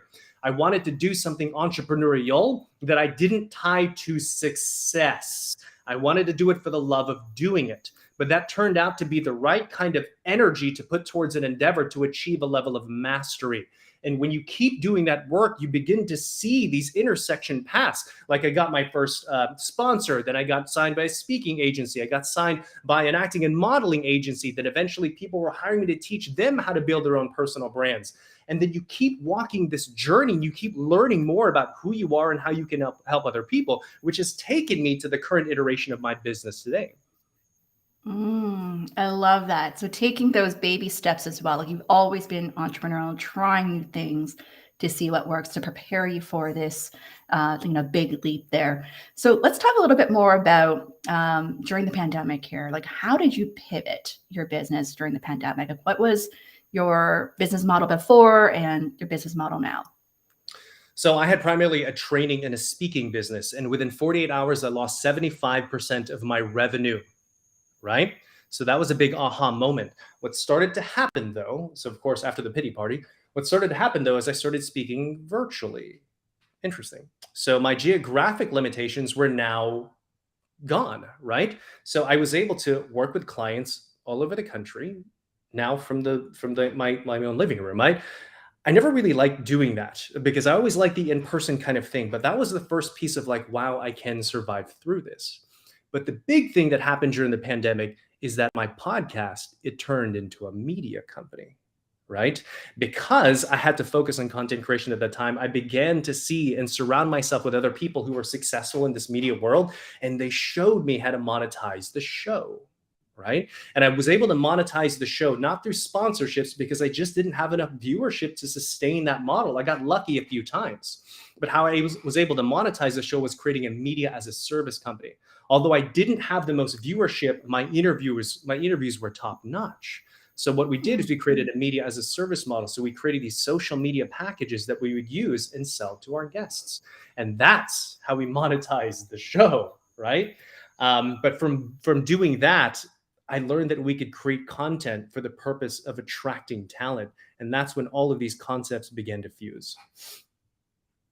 That is brilliant. That is so brilliant to hear how you made that pivot and transition, like combining your strengths, your expertise, but also what I'm hearing, it's also what's needed in the market right now, right? The need for talent, how to help employers to attract talent. It's like just that balance between what you're really good at and what you have to offer, and that there's actually a demand for this there. It is. And Diana, I feel like we have to hit on this one thing, because a lot of like people who talk about there's never the rubber meets the road thing, right? But what was that first dollar that I made entrepreneurially that allow me to do this? It was a bottle rocket, right? Because what started to happen is I built this muscle of content creation in 2017. I was a year into the podcast, but something else I was passionate about was teaching other recruiters best practices of recruiting. Mm-hmm. So I started making these videos of recruiting and then posting them on LinkedIn. And the first video I created, it had generated like 34,000 views in 9 days. And then something interesting happened, right? I started getting all these comments and these likes, and my phone rang. Fascinating. I posted this thing in this one channel, and on another channel, a human being called me as a result of it, right? So I was like, okay, there's a need for this content. So I made more and more and more. And because the content I was producing on LinkedIn was so recruiting specific, I started to attract all of these recruiters from all over the country. And they started asking me for advice, for support, and also for coaching. So what did I do with that information? I took the top 3 training pain points that the market was literally asking me for. I turned it into a training product and I sold it into the market. And that was the genesis of my training company at the time, which I named after the podcast, Pathways to Success Training Company. So I crowdsourced the feedback and turned it into a product, and then I sold it. Yeah. That's how I did it.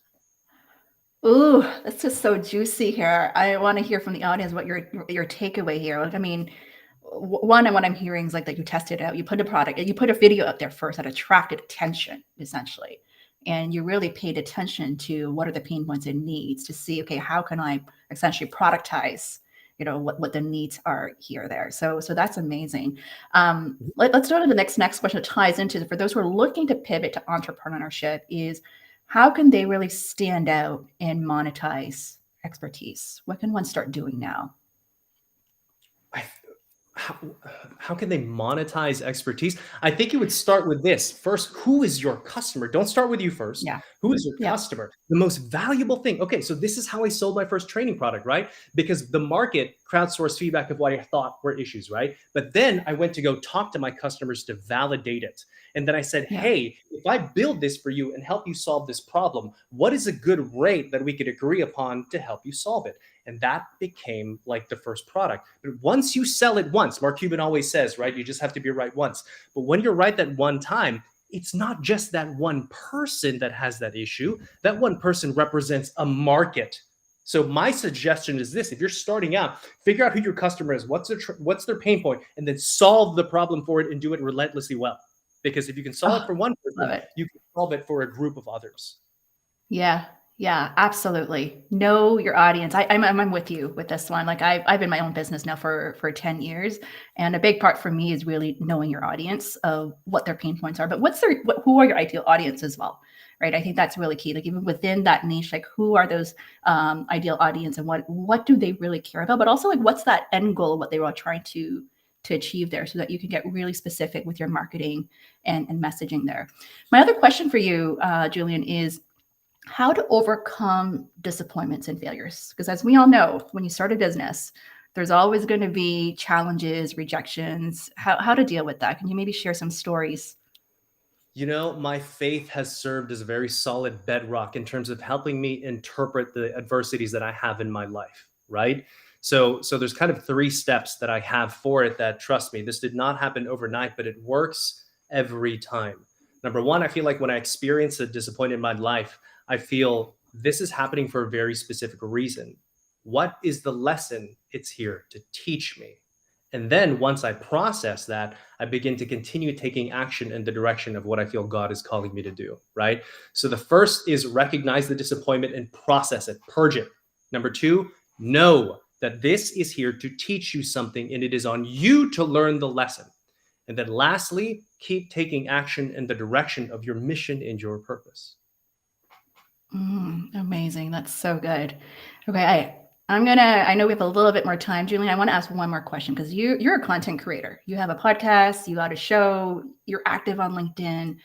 I know I'm going to be talking social media with Show here, my next guest speaker as well. But what's your advice in terms of some key lessons, like best advice in terms of starting to put your content out there? You will attract the kind of audience that you educate, inspire, and entertain. What are the needs of your audience, and create information to solve their problems, right? Over time, you'll begin to see what works and what doesn't. Keep doing it, and then you will find your voice, right? Gaining a social following for business has nothing to do with vanity likes and everything to do with building a communication channel of people who know, like, and trust you. But to earn the following, you must serve them first.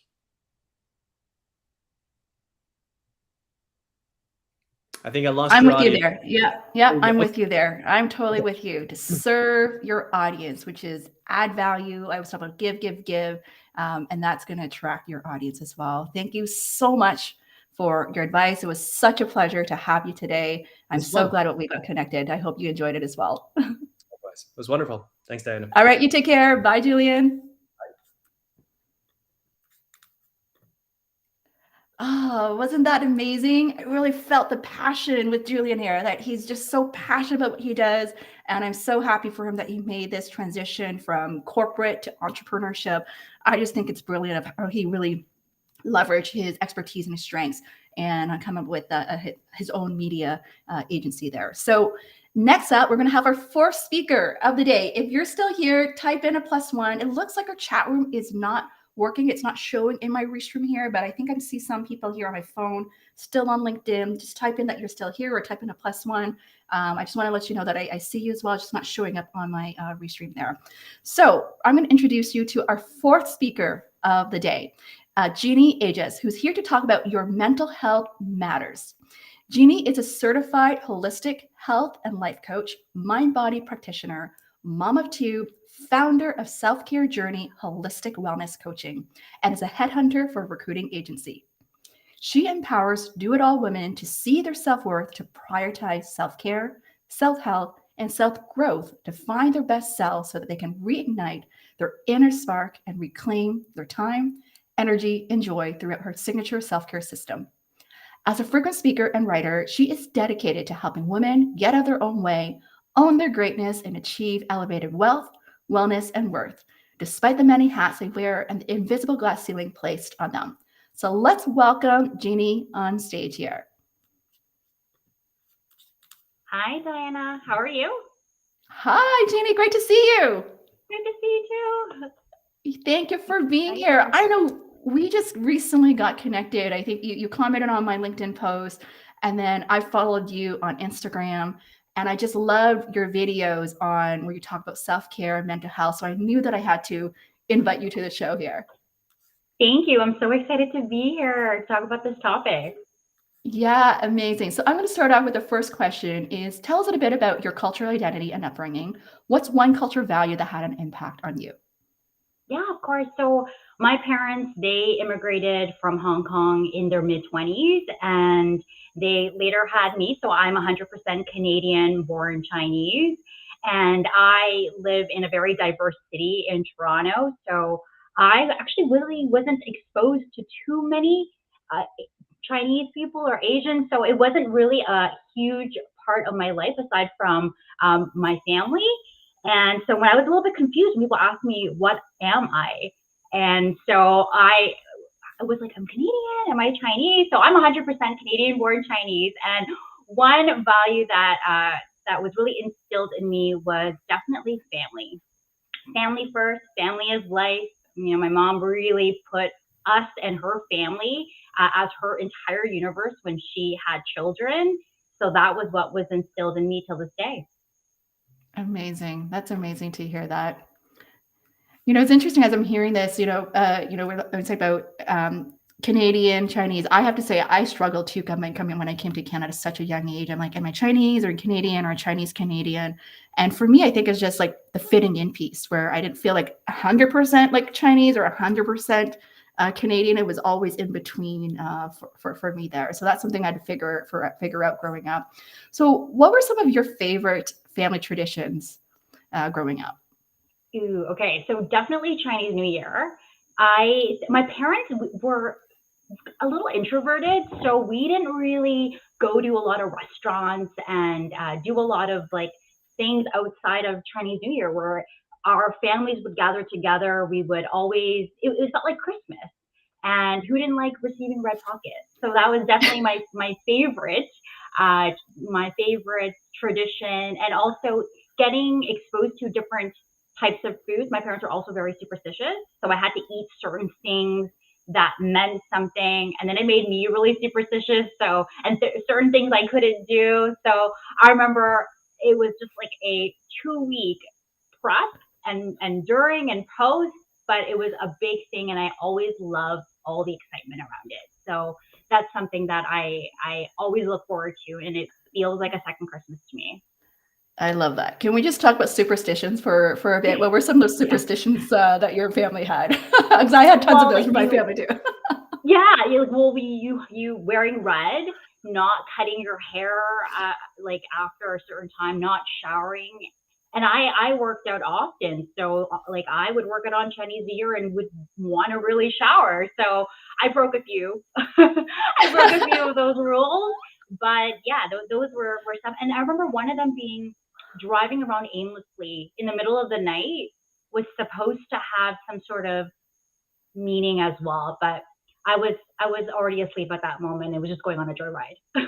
Yeah, yeah. I remember when I was in Hong Kong, like leading up to Chinese New Year, it was such a big deal that we had to clean everything before the actual Chinese New Year day, and that we all like had Mm. to wear red. And I'm with you with the washing the hair thing. Like my parents told me not to wash my hair, but I always like to wash my hair as well for Chinese New Year. It's something about washing away like bad luck or something, or washing Yes, away like wealth or yes, something there. yes, and we didn't want that, right? Right, exactly. So growing up, was there anything that you felt pride or shamed about from your culture? I would say, I mean, there's a lot of things to be proud of being Chinese. I'm proud of a lot of things, the respect and the honor that we have towards our elders. I remember my mom really always stating that we have to address everyone by auntie and uncle, no matter who they were. So I actually instill that with my children today, to respect their elders and certain things. However, the one thing that I do look back on now is that the vulnerability aspect of it. My family wasn't very affectionate. Like I barely saw my parents hug or anything. And when I tried to hug my mom, it felt like very much of a, oh, like, don't hug me. They just weren't as affectionate. And I think that that was something that I wish that they did more of growing up. And I mean, I'm glad that it didn't really affect me too much. I did have to probably get them to be more affectionate, but I'm a hugger. I'm very affectionate. I wear my heart on my sleeve, and so I learned that that's actually the way I want it to be. So that's something that I kind of wish that they were more of, so I didn't have such a hard time figuring out, like, do they not love me? I don't understand why they're not hugging me back, or why they're not saying I love you a lot. They just didn't share those words to me enough. Yeah, I can totally relate to that. I actually made a post about it the other day that growing up, I wasn't in an affectionate type of family where they express the I love you or hugs. And I'm now all of that with my kids. Like I'll tell them every day, I love you. And my younger son would be like, I love you to the moon and back. And I love that. I love hearing that, right? Like that they'll tell that. And I think, yeah, that's so interesting to hear that there. And I feel like as I'm hearing this too, it's also just how, growing up, it's like how our parents or generation express their love in different ways. Absolutely. Yeah, expressing their love in different ways. So for those who are on, I just want to say that I know our chat here is not coming through. For those who are on LinkedIn and want to still participate in the chat, looks like it's not coming through LinkedIn, but feel free to hop onto my YouTube channel where the chats are coming in. There's some technical difficulties for some reason in streaming the LinkedIn chats there. So my next question for you, Jeanne, is what would you say is the most commonly held misconception or stereotype about your cultural identity? Yeah, that we are quiet, on the quieter side, and that we probably are very nice, don't speak up. I mean, to that extent, I think that is the reason why sometimes we don't advocate for ourselves. But definitely the fact that we tend to be on the shy, quiet, and again, like the more humble parts of us. My family, when I was younger, whenever someone would compliment us, they would always like say something to combat that. So if others would send a compliment, they would kind of just not want to talk about it and actually end up saying something not so good about me. So that was something I was like, okay. And to not speak up, like I couldn't really speak up and defend myself. So that's something that I think did play a part in my childhood, but I think in general, I think that's a stereotype as well that I noticed, that because of that, we are all seen as very quiet and not as confident and loud and visible as we want to be. Yeah. I can totally relate to that. Like I remember when I was growing up in Hong Kong, about the compliments thing, like when I went from basically bottom of the class, like in grade 4 back then to in grade 6 to the top of the class, which is pretty huge deal because in Hong Kong, like you get ranked from like 1 to like 40 plus. And I remember when I made it to the top, and when other people were complimenting like me being smart, my parents would always be like, oh, she's not that smart. Exactly. She's not that smart. And so I really had to work on this. I always had this limiting belief that I'm not that smart. Like that was a belief growing up. And I would say it really has influenced what I do today of my mantra of owning your greatness, where you have to really own and believe what you're good at in order to, attract great opportunities there. So thank you for sharing that, because you just reminded me of something I didn't realize there. All right. So my next question is, what earlier life stories or challenges give you the motivation to step up to do what you do today? Yeah, that's a great question. So I think that becoming a mom, so I'm a mom of 2. So growing up, because my mom she kind of, family was everything. So we were her universe. When she had children, she kind of put everything aside. She put her self-care aside. She put her career on the back burner. She basically just, self-care was at the bottom of her list. And so I had this portrait of what motherhood would be like. So a lot of times I would talk myself, like when I was older, I would talk myself out of becoming a mother, because I thought that once I did become one, that I had to compromise certain things in my life that I actually, was aspiring to be. And I vowed to myself at some point, I said that like something's got to give, right? Like my friends started having children. I knew that, there was that part, that like that tug or that pull to want to be a mom.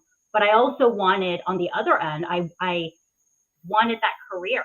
I have a very social active life. I'm still very close with my childhood friends. I wanted to still include all the parts that made me me, and while also being a mom. So that's what I did. That's what I wanted. I got clear on what I wanted. I, learned how to make it happen. But when I became a mom of two, I said, what was a part of me that was feeling very drained? Like, I was in the corporate world for 15 plus years. And so that was like, a lot of hour days plus commute, probably 10 hours. And I don't want to come home and have my children see the rundown version of me. Yeah. What can I do differently? And then that's when I made the pivot to go into the entrepreneurial space, to learn more about it. I didn't grow up with entrepreneurs. I had to really learn and unlearn a lot of things in order to be where I am today. So I definitely surrounded myself with a network of people who I knew was doing what I wanted to do. And I just immersed myself in that world after becoming a mom. I love that. What's your why? Like, as I'm hearing this for you, like what's your why you made this pivot, or why you do what you do? Definitely, so many things. Well, definitely my children now. I mean, I want to break this generational norm or this chain, because it could have been me. I chose to do the opposite, but I could have very well also continued on that journey and not allowed myself to do what makes me happy, what lights me up. And just really choosing a very, I guess, in my household, I don't know if it's a cultural thing, but the entrepreneur world would have been a taboo. It's not, my parents were very much, okay, this is the career path that leads to success. It was very linear. Like, there was no twist and turn.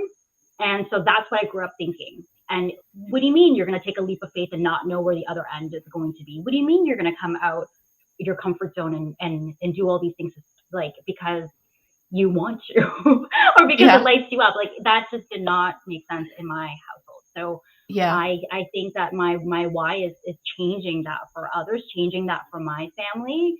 And my mom is the reason actually why I'm doing what I'm doing too. Because seeing that, I just realized that we don't talk about it enough.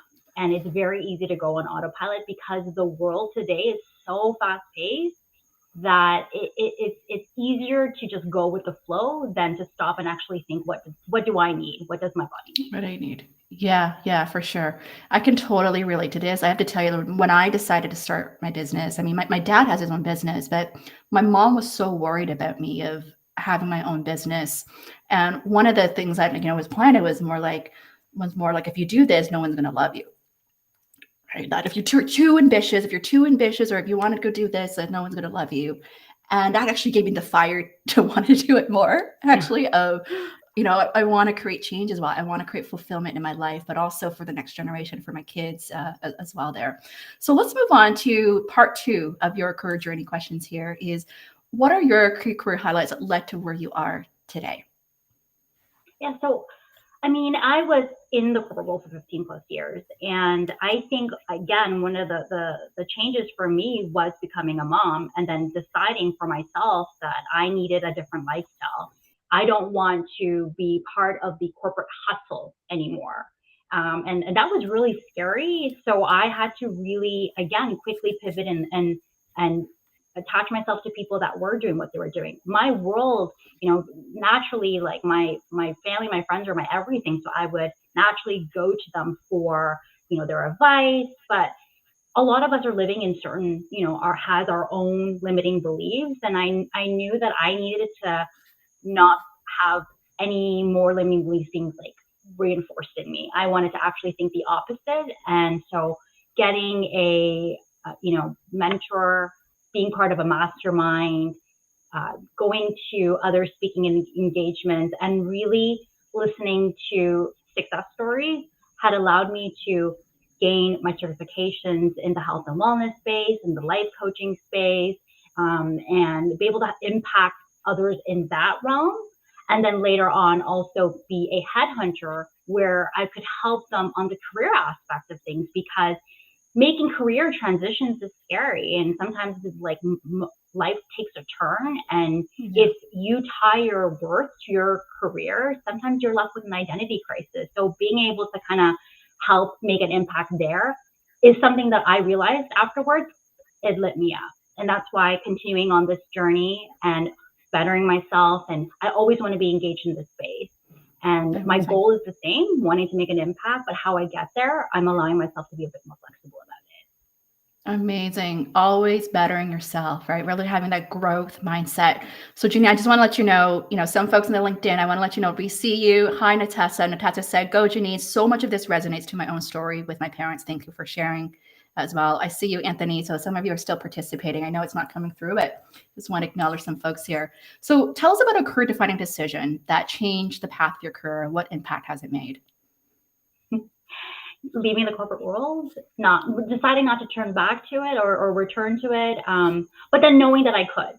I think we focus so much on you make a decision and you feel like you can't turn back, but then just allowing yourself to be flexible and take that leap of faith and trying it out and really doing the best that you can with it and not allowing any of that setback to play into your self-doubt that we already have. We all already are too hard on ourselves. We have a lot of self-doubt. And I think that is, we talk ourselves out of a lot of things that we want to do. So I think it's important for us to know that it's okay to say yes to things and for it to look different again later on. So me taking that leap of faith and saying that, okay, at this moment, what's best for me in my life right now as a mom of 2 young ones is to be able to work from home, own my calendar, my time. And then if I need to make changes afterwards, I can be flexible with that. My goal is the same. How I get there is different. So it's definitely, you know, that mindset has really shifted a lot of things for me because I say yes to a lot of things, not worried about what if I fail, which is something I was worried about when I had a bit more of a fixed mindset because my parents didn't really show they didn't like to show vulnerability. They didn't like the idea of going outside your comfort zone. They don't like the idea of failing. So they really played into that. So I had to really learn throughout the years to develop this growth mindset so that I can figure out what I want to do and what I don't want to do. And if we don't try what we don't know, then you're never going to be on that path of self-mastery. Oh, I love this. This is so good, right? The path to self-mastery, really figuring out what you do and what makes you happy as well. That is so, so key there. What's your best career advice for your younger and future self? Get curious, ask questions, take messy action. There's so many. There's so many, but just, you know, don't be afraid to take messy actions, even if you don't have it all figured out. I think we look at other people and think that everyone has it all figured out. Everyone knows exactly what they're doing. I think social media plays into that too. Thank goodness for more storytelling these days. I love that because everyone is being more vulnerable about where they are right now and what it took for them to get there and that it wasn't easy so that people don't feel so alone on this journey. Yeah, amazing. Yeah, Katie just said great advice there. So let's move on to part 3 of this, which is your topic on your mental health matters. So let's start with why is mental health and self-care important, and why are you so passionate about this topic? For sure. Well, I mean, I really have a goal in mind to change and redefine self-care. I think today self-care is still associated with facials, massage, luxury, indulgence. I think there's a lot of subliminal messages that are happening around us that, you know, communicate that to us. And so we are left to feel like if we indulge in self-care, it's something that is made to be wrong or that we're wasting our time. For me, self-care is preventative care. It is what you need to do. It is going back to the basics so that we don't get ourselves in a position where we are burnt out and we don't know why.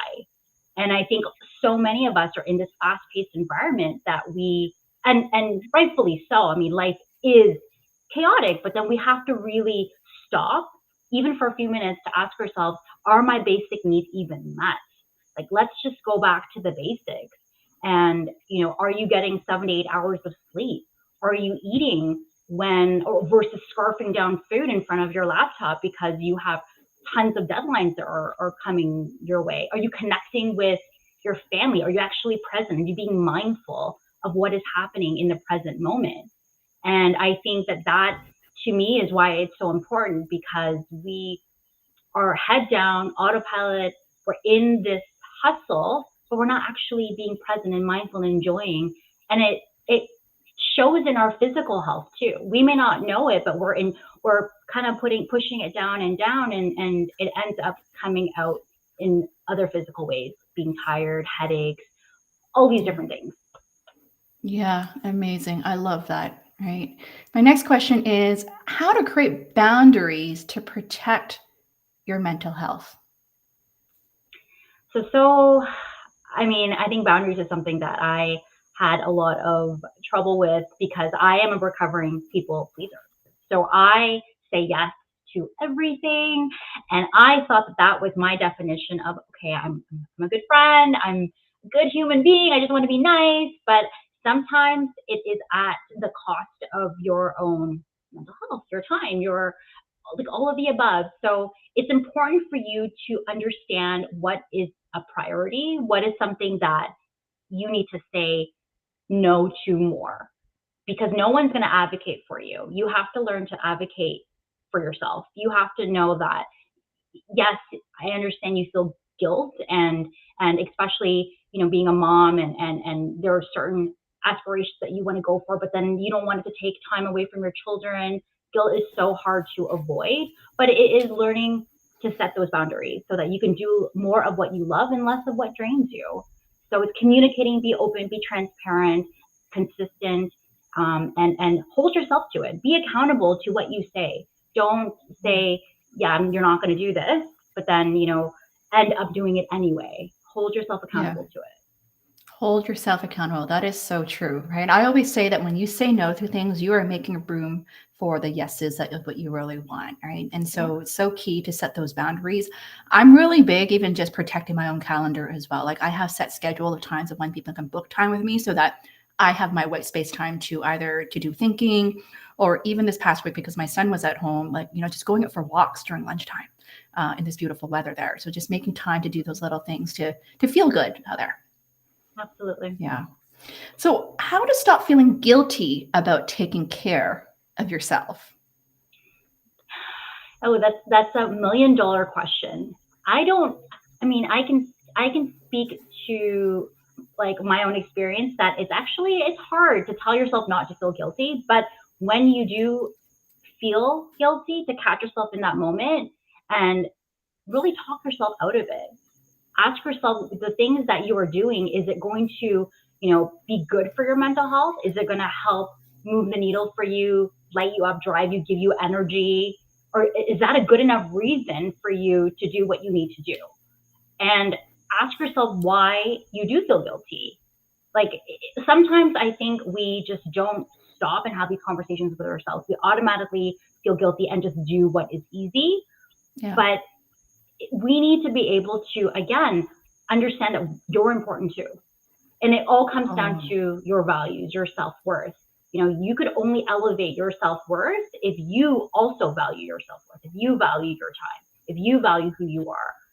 So if you don't do that, then it's very easy for you to back down and cave when others want to take time away from your calendar, because you're basically communicating to them that they're more important than you. And no one is more important than yourself, because you cannot be the version that you want to be when you're a run down, like depleted version. It's just not serving anyone. So you have to see that you actually doing what you need to do is actually making you a better mom, a better employee, a better colleague, friend, family member. And that's the conversation that you need to have yourself, to switch that narrative in your mind, because society is those are the subliminal messages that we're made to believe. Those are the society expectations. You have to advocate for yourself in order for you to make those changes. Oh, this is so good. We got to listen to this. Value yourself. Make yourself a priority. That is so, so important.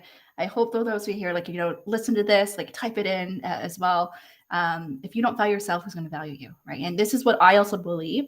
When you start valuing yourself, the way you sell yourself in the workplace, you are more marketable, more attractive as well. I really believe that, right? Because when you start loving yourself and when you believe that you have great value to offer, the way you show up, people can feel that magnetic energy in you as well, right? And so this is why I brought Jeanne on here to talk about this as well, because I think it's first starts of really valuing yourself first. So thank you for that message there. So my last question here is, what can one start doing to elevate their wellness, worth, and wealth? It boils down to what is it that you really want? What makes you happy? Getting clarity on what inspires you.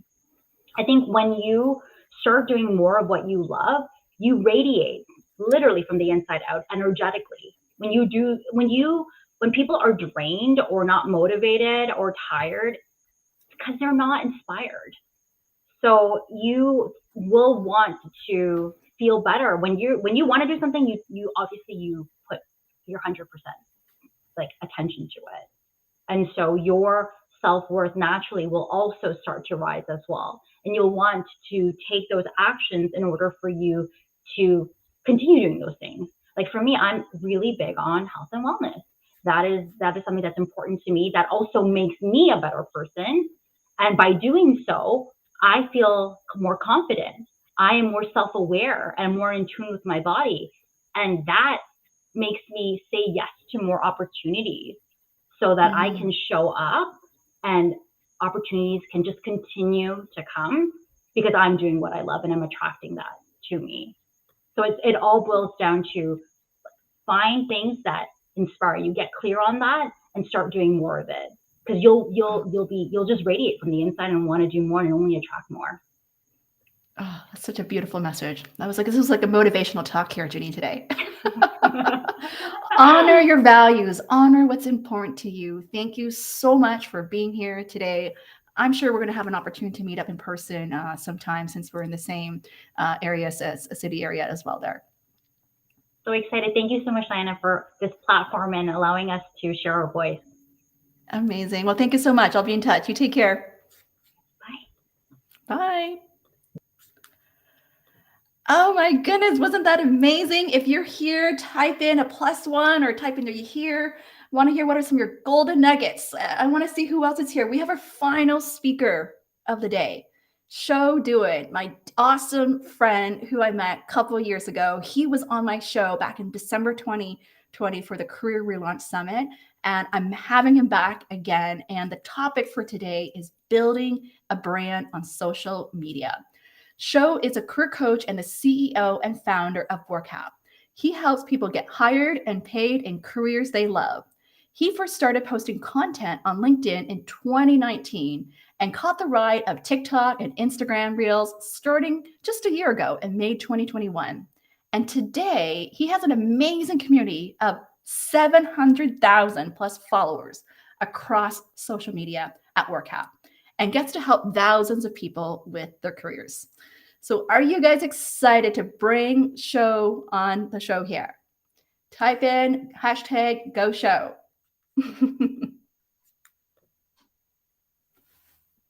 Hello. Hello, my friend, how are you? Hello. Hi, Diana. Thank you so much for the intro. That was awesome. I love it.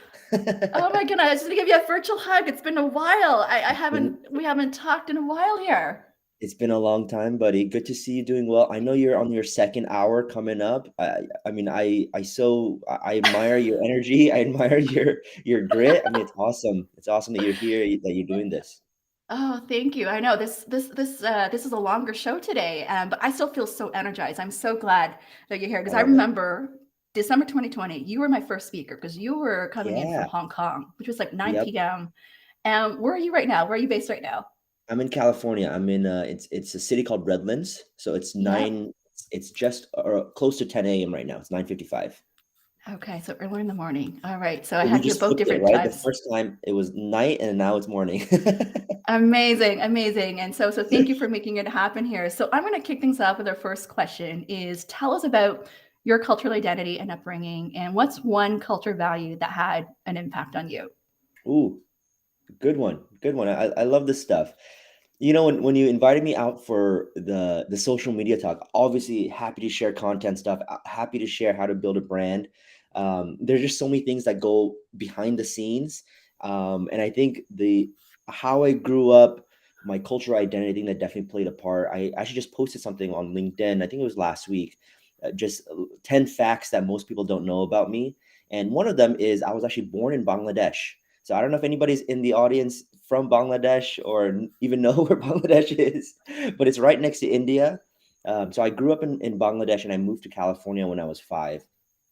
And, you know, there's a lot of these stories that from other immigrants that feel that they maybe felt they didn't belong or they felt out of place. And I did feel that at times when I was younger. But I always kind of liked the fact that I was rare. Like that was something that I was used to tell people when I met them. I was like, oh, you probably never met anyone like me because I'm like a rare, unique blend of things. Because first, a lot of people don't have friends from Bangladesh, and also my family's from the kind of the mountain area of Bangladesh. So our people are called Chakma. So there was always something when I was growing up. I was like, okay, I always felt a little bit unique. I always felt a little rare, like I used to call my friends. So I think that kind of played a role in me showing up on social media too. Is like I never tried to be someone who wasn't me. It was just like, hey, my name is Sho. I'm from this country. I talk about these types of things. I talk very in a Californian way. I don't know if anyone's here from California. They could probably tell I'm from California. I get that all the time. So I think that's just something that's always stayed with me, just like, oh, just showing up as yourself. And that's kind of what I've done with my social media game as well. Yeah, keeping it real here. Keeping it real. I love it. And so, what were some of your favorite traditions growing up? That are specific to my culture. I have such a huge family. I'm actually going to Nashville next week for a big cousin's wedding. So I think just being around my cousins and my aunts and uncles, even though there's not many of us in the world, I think I don't know the stats, but there's a couple thousands of Chakma people in Bangladesh. We actually have a nice little community here in Southern California. I think maybe around my parents were just telling me maybe 100 and 150 people now from the same area that I grew up in. So just nice to have people around, nice to be able to speak the language and eat the food. So I would say just being around everybody. There's one particular date in the year that's always special. It's called Biju. It's kind of like our Chakma New Year, and that actually just happened last month. It's every April. So what we do in that tradition is everyone's house is just open doors. You go to someone's house, you eat a little bit of a snack, you go to someone else's house, you kind of like house hop for the whole day. So it's, I it's kind love of nice that. to meet everybody. Yeah, Your house hop, you try out different foods, you mingle and build relationships, exactly. right? Have a good time. Exactly. I love that. So just to let you know, Sho, I know there's an audience on here who says hi here. Stephen, Onika, Lily, Hilda, who I are still love it. here. Yeah, Katie, yeah, who are still here. So I just want to say hello. So I know the chat's not coming through our restream here. So growing up, was there anything from your culture that you felt pride or shamed about? The pride would be the whole I was different, that I came from a part of the world that not a lot of people have heard about. I think that always felt nice to me, that I was maybe their first friend from Bangladesh that a new friend has ever met. I think that was always something that I kind of carried with me. With that, I think there's also like the darker side, right? Sometimes I remember when I was younger, I would bring my mom's packed lunch to the table where everyone's eating, and I always remember the kind of like looks that I would get from other people who maybe aren't so familiar with Asian food. And I think when I was younger, there was always a feeling like, oh, well, it'd just be easier if I had a sandwich for lunch. It'd just be easier if I had everything what everyone else had. Um, I don't know when that slowly went away, but I think when I was growing up, I also had friends that maybe weren't from the same part of town that's from Bangladesh, but there were a lot of people from all sorts of the world, from different ethnical backgrounds. So I think we all kind of like merged together and we were friends. So it didn't feel so bad being the only one left out, because I think there were also some other ethnicities that could relate and have similar foods. So I think we all kind of bonded together there. But yeah, I think there's always like two sides of the coin. There's that pride that definitely I felt about, hey, I'm unique. My name is Shomo Dewan. Like it's not it's not every day that I meet somebody with that name. At the same time, there's also people who would make fun of my name or make fun of the food. So it went both sides. But I was just lucky to have really good friends growing up. Yeah, that's great to hear that there. Thank you for sharing that, keeping it real. What would you say is the most commonly held misconception or stereotypes about your culture identity? When I tell people I'm from Bangladesh, I mean, no one believes me. I think that's just I've gotten that my whole life. I don't maybe even when we met Diana and we had a one-to-one, and you're like, oh, I'm from Bangladesh, and you're like, oh, okay. Like it's never like, oh yeah, that makes sense. There's always some sort of surprise element in there. And I don't blame anybody. Like I would say 99% of the people from Bangladesh, they look different. They will look a little bit more of Indian descent, because that's just where the country is. So I think that's just the number one thing. When I meet people, they're like, no, you're not. No, tell me where you really are. I'm like, oh, no, I'm actually from here, but I'm from this island and I do this and we came here. So it's always that like back history I have to tell. So that's why it was actually kind of nice that you're tomorrow's guest, Almira, who's going to be awesome on the show. She started this trend of sharing the top 10 things that most people don't know about her and her culture. And I was like, hey, you know what? I think that's really great. So I think this is the first time, probably in 3 years, I started posting on LinkedIn in 2019, like you said, in 3 years since I actually posted something about my upbringing and my family and how we even got here. So I thought it was really great. Yeah. And you know what, as you're saying that too, like I remember when you and Elmira shared that post, and then I caught, I think Stephen, who's here as well, should start sharing. And I was like, wouldn't it be interesting if we start sharing more about our culture and upbringing instead of just giving like an elevator pitch? Right? Of trying Yeah. to pitch yourself, right? I mean, coming from career coaches, we always teach people to pitch, right? Of their accomplishment and all that. But wouldn't it be more fascinating if we start talking a little bit about our history and our upbringing, our cultural values, to get a sense more of who we really are? Mm-hmm. And how would that change the conversation there, right? And so that's something I brought up here. So what earlier life stories or challenges give you the motivation to step up to do what you do today? I'm sure if there's other first generation immigrants in the audience, please say hi, because I think a lot of us can relate. I saw my parents struggle a lot growing up. My dad was an engineer in Bangladesh, and we had a very comfortable life when we were there. And he won the visa lottery to go to the US. So how they did it back in the day is obviously everyone wants to go abroad, everyone wants to go to the US, but only a very select number of families actually get the green card lottery. And my dad was one of the lucky ones. So when he got that, he sold everything, bought the tickets, and we got to California with very, very little. It was just us, family of four, and maybe a couple hundred US dollars. And we were luckily staying with another family, so we were okay on rent. But I saw my dad working at a KFC. He worked at a gas station. He worked at a post office, just doing anything he could to survive, pretty much. Mm-hmm. And I saw that, and I admired that growing up, just like how hard he worked. Today, we're completely comfortable. He just retired this year, so everything's all good. But even those money mindsets at my childhood, they have still stayed with me, and that's something that I still work on. But it also pushes me too. It pushes me to not want to go back there and do more for my parents and give them everything that they've done for me. So I've always carried that. Just growing up, I knew that I was different, and I knew that we had different circumstances. So it's nice, like, that I get to do what I do now and like help other people with their careers. I joke with my clients that if my dad had me as a career coach, we'd probably be in a different situation earlier on. But that's just. But yeah. I love that. I love you can joke with that with your dad there. That's amazing. I love that. So I just want to say here, Anthony said, yes, he's like to said, yes, share what's beyond your elevator pitch resume and LinkedIn profile here. Yeah, Stephen is still here. So let's move on to your career journey here, show. Yeah. Let's talk about what are your career highlights that has led you to where you are today?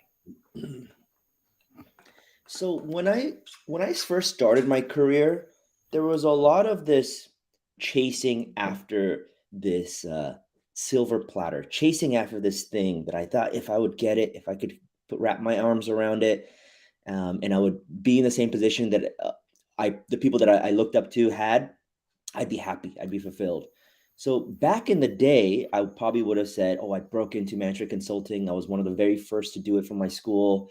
I worked on really cool strategy projects and worked with lots of cool clients. I worked with Disney. I worked with ESPN. There was just so many clients that we got to work with at EY. And not to say that it wasn't rewarding, but those weren't highlights for the right reasons for me. They were highlights because I thought everyone else would admire them. And I thought that I'd have a certain paycheck and a lifestyle that I'd be living the life that I always dreamed of. Going through it and making the money and being a consultant, it felt great on paper, but never really felt great inside. And I knew that I wanted to do something that I actually wanted to do. So I would actually say now, looking back at it, probably making the jump from consulting and taking a relatively entry-level recruitment role. I was a senior consultant at a recruitment company after my stint at EY. I think that was probably the highlight, because that was the first time where I took a pay cut. I was just doing something that I wanted to do from the very beginning. My mom told me not to, which I don't blame her. She just wants to see, she just Security. yeah, she just wants the security. She's the best too. But it was the thing that I wanted to do, that I felt really good about doing and taking that next step in my career. And since being a recruiter, that's when I got the insights the insights that I preach so hard now on social media.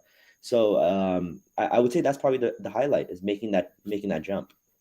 Yeah, that's amazing. As I'm hearing your story, what's really resonating is really defining what success means to you and what happiness really means to you, right?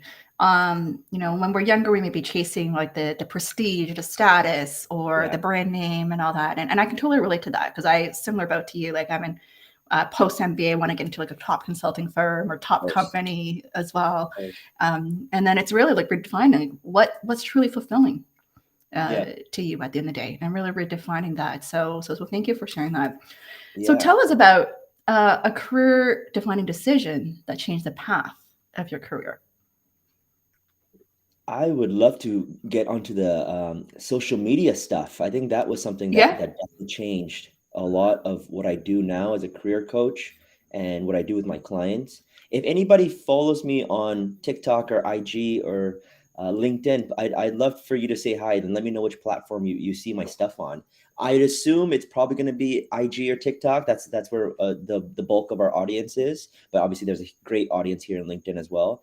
The career defining decision was when I got on TikTok on May 2021, and it was I was just back home. I was back home visiting my mom here in California, and TikTok is actually not allowed in a lot of parts of Asia. So when I was traveling through Asia, I actually didn't have access to it when I was in Hong Kong. So I was back here in the US. I was like, you know what? There's a lot of this buzz going around on TikTok. I'm just going to go on and I'm going to post a video.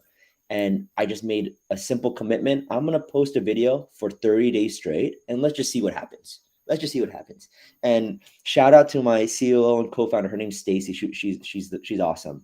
And at the time, she actually gave me really good advice and said, hey, we're working on so many projects. We're working on so many different things. You're working on content on LinkedIn and email and all this stuff.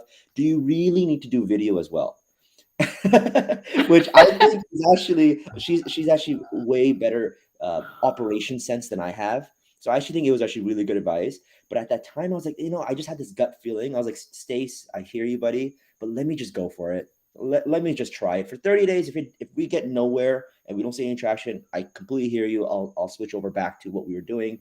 So that was the decision. I was like, okay, I'm going to post. I think in 30 days, we hit a couple thousand, and there's just huge organic growth on TikTok. I mean, I think even now. So for the people who want to get started on social media, there's just so much potential, my friends. I think a lot of people look at everyone who already has the huge followings and saying, oh, well, it's an oversaturated market. There's way too many people already on IG. There's way too many people on TikTok or even on LinkedIn. And they said, oh, I don't want to compete.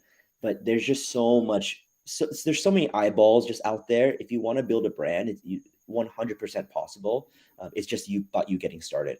So I would say that's kind of the igniter for everything that we see now on social media. Is just that one video and that commitment to post 30 days straight in May of last year. Yeah, it's amazing. I don't know if you saw here, but it's quickly. Malia said she follows you on IG, so inspirational. Lily I says love it. TikTok, and they're on Love LinkedIn it. right now. They're commenting on LinkedIn because that's where the live is. So I just want to let you know I love there. it. I love it. Hey, friends. Nice to see you, Lily and Malia. So let's move into your topic on building a brand on social media. I think you talked a little bit. Let's talk about your journey, your journey on building your brand on social media there. And I think we met on LinkedIn Yeah. back in 2019 or so, I think. 2019, Yeah. 2018, yeah.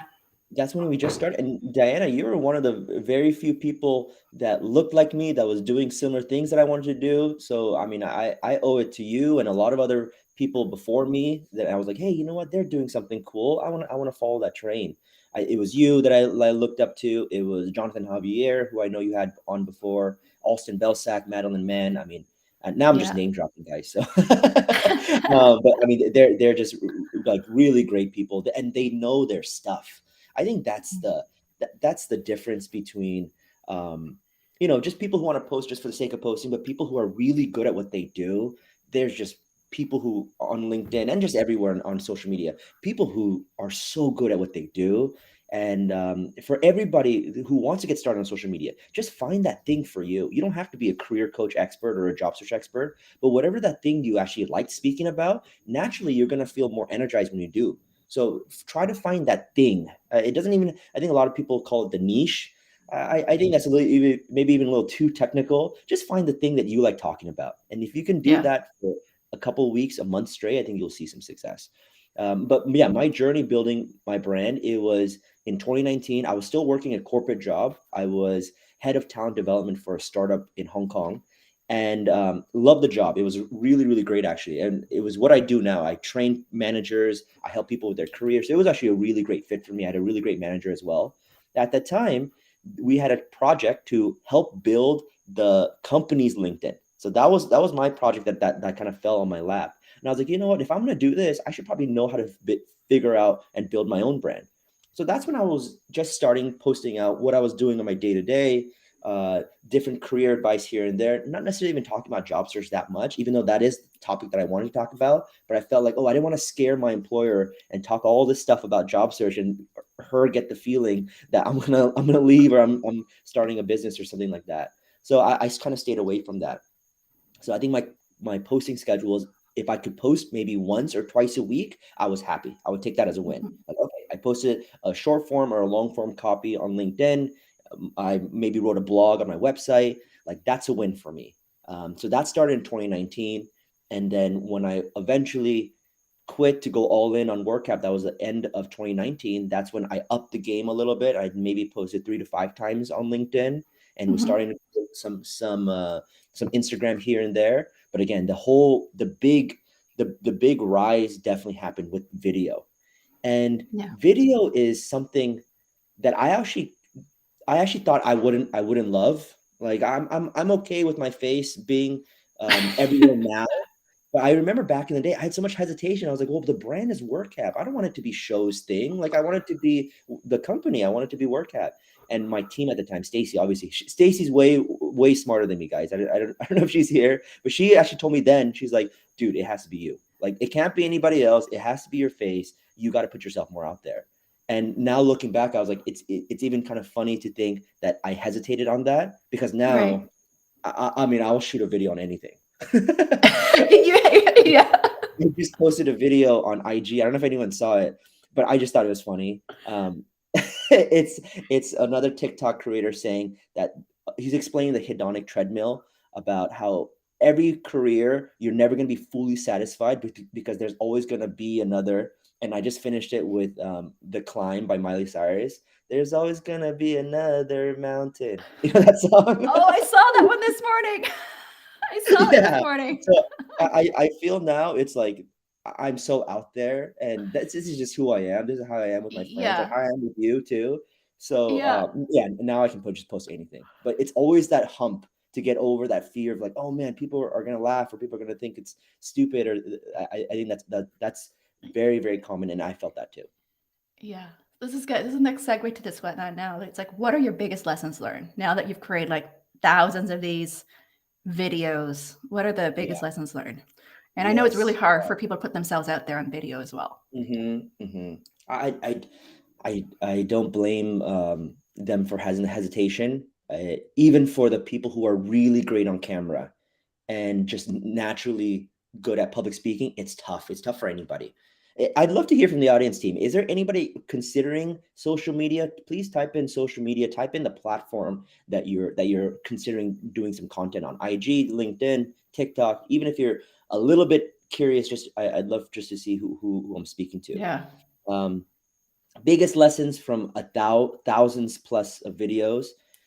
Ooh, it's just my mindset from day one has been quantity over quality. I know that sounds very backwards when we talk about Quantity. career advice and when we talk about even job search. Like we never tell our candidates, don't just spam apply. Don't do that. You want to be very targeted. You want to be very specific. But when it comes to putting yourself out there, it's all about just doing it. And I think that's the biggest lesson. Quantity will always trump quality when it comes to social media, because you might think that you're perfectly creating this great video and you spend the whole day or week on it and you put it out into the world and it might not match your expectations. Most often, it's actually the videos that I spend the most amount of time on. I'm like perfectly creating and maybe even adjusting the text or my hair or something. It always flops. I don't think I've ever had a time when I was like, yeah, this is so good and I put so much time into it and it's going to be amazing. It's always the videos that is just a 15-second just thought. I'm like, okay, hey, I'm going to give you my take here. Maybe I just woke up from bed. I didn't even, brush my hair. And those are the ones that do well because it's just authentic and it's me. So Yeah. It's just straight quantity, team. What my goal is now, ever since the 30 days, is I'm just going to post every single day. So that's probably the biggest win I've had. I haven't missed a day since May 20 of 2019. There's going to be almost a full year where I've posted a video. And yeah, that streak is not gonna stop. Just so if I know correctly the numbers, 1 year is only like 365. That means you created post more than one video a day. You're good, yeah. Right? This is Yep. like almost 2 or 3 videos a day. Yep. Right? Yep. Yeah. I'd say I average about 3 videos a day. 3 videos a day. Right. But the length of these are only about what, 15, 30 seconds long? Yes. Yeah. So Yeah. Under 15. 30 seconds usually. Under 30 seconds. So it's quick. It's quick. It's like just a quick tip, right with your phone. You know what, Diana? I know you. I know John Tam. I know there's some Man on the Man have really great YouTube presence as well. Long form actually scares me. Long form, where like actually having to plan out stuff and have everything ready and have an agenda for a 10-15 minute video. That's actually the thing that intimidates me. I do, you know me, like I do trainings for people and I can go up here and I can be organic and I can go, hey, this is me, and I can speak for days. But for having a planned video, 10 minutes, editing it, putting this and this and that is actually what I want to get into next. But that's something that I'm a little hesitant on. I know it's a lot of work. Yeah. I'll share a quick take here. By the way, the audience who's Yeah. here, we still have some questions for show here. But Steven said he wants to do more content on like LinkedIn. Mally said IG and LinkedIn. Anika said LinkedIn here. What else here? Hilda says we post 2 to 3 times per week. But I want to share my quick take about short and long form. So I recently created these a dozen of these LinkedIn nano learning course for LinkedIn, which is being launched end of the month. And I did over 100 takes for a 2 to 3 minute video. Okay. It took me a couple days to do. And I was reflecting on how much easier live stream is, because I just need to get ready in the morning, do my makeup, come on live for a couple hours, and then I'm done. I don't need to do any editing. So that's also my kind of perspective of creating live stream. For me is so much easier than a short video. But what I'm hearing from you is, I think this is what I need to overcome, is the need for having to be, you can call it perfect, or just wanting to look a certain way, be a certain way, and be more off the cuff. I think that's one of my keys learning from a coach recently, is being more off the cuff or being unscripted and just shoot a video and I'm just thinking of something or talking to my kids or something. Yes. Yep. Totally agree. I you know that experience that you have of reshooting that short video 100 times. I have that same experience with long form. So it's just flipped. It's just It's flipped. flipped. It's So flipped. everyone Yeah. is different. I think what we're Yeah. getting at here is your preference or your style is different. I remember even just recently Austin Balsek posted, like he has over, I think is it 2 million following now. He talks about how video drains him. So he doesn't like to do Mhm. as much videos. And he Yeah. just sticks to plain text there. So we got to find what works for you. So let's Yes. move on. Yeah, is what do you believe are your key success factors in really growing your social media following exponentially the last few years? Ooh, okay. Let's hear about that. I will keep the theme of consistency as number one. Just showing Mm, up. And of course, you're gonna have some down days or weeks. You're just like, I don't want to do this anymore. And it's okay to take the breaks. It's okay to recharge. But I think just showing up as best as you can every day, I think that's always something that I've strived for. The thing that we talked about at the beginning of like finding your thing, whatever the thing you like talking about, is I think you'll know when you found it is when it actually feels fun for you. So it doesn't always have to feel fun in some sort of content. Like, you just mentioned Austin Belsack, who doesn't like videos and who's amazing at text.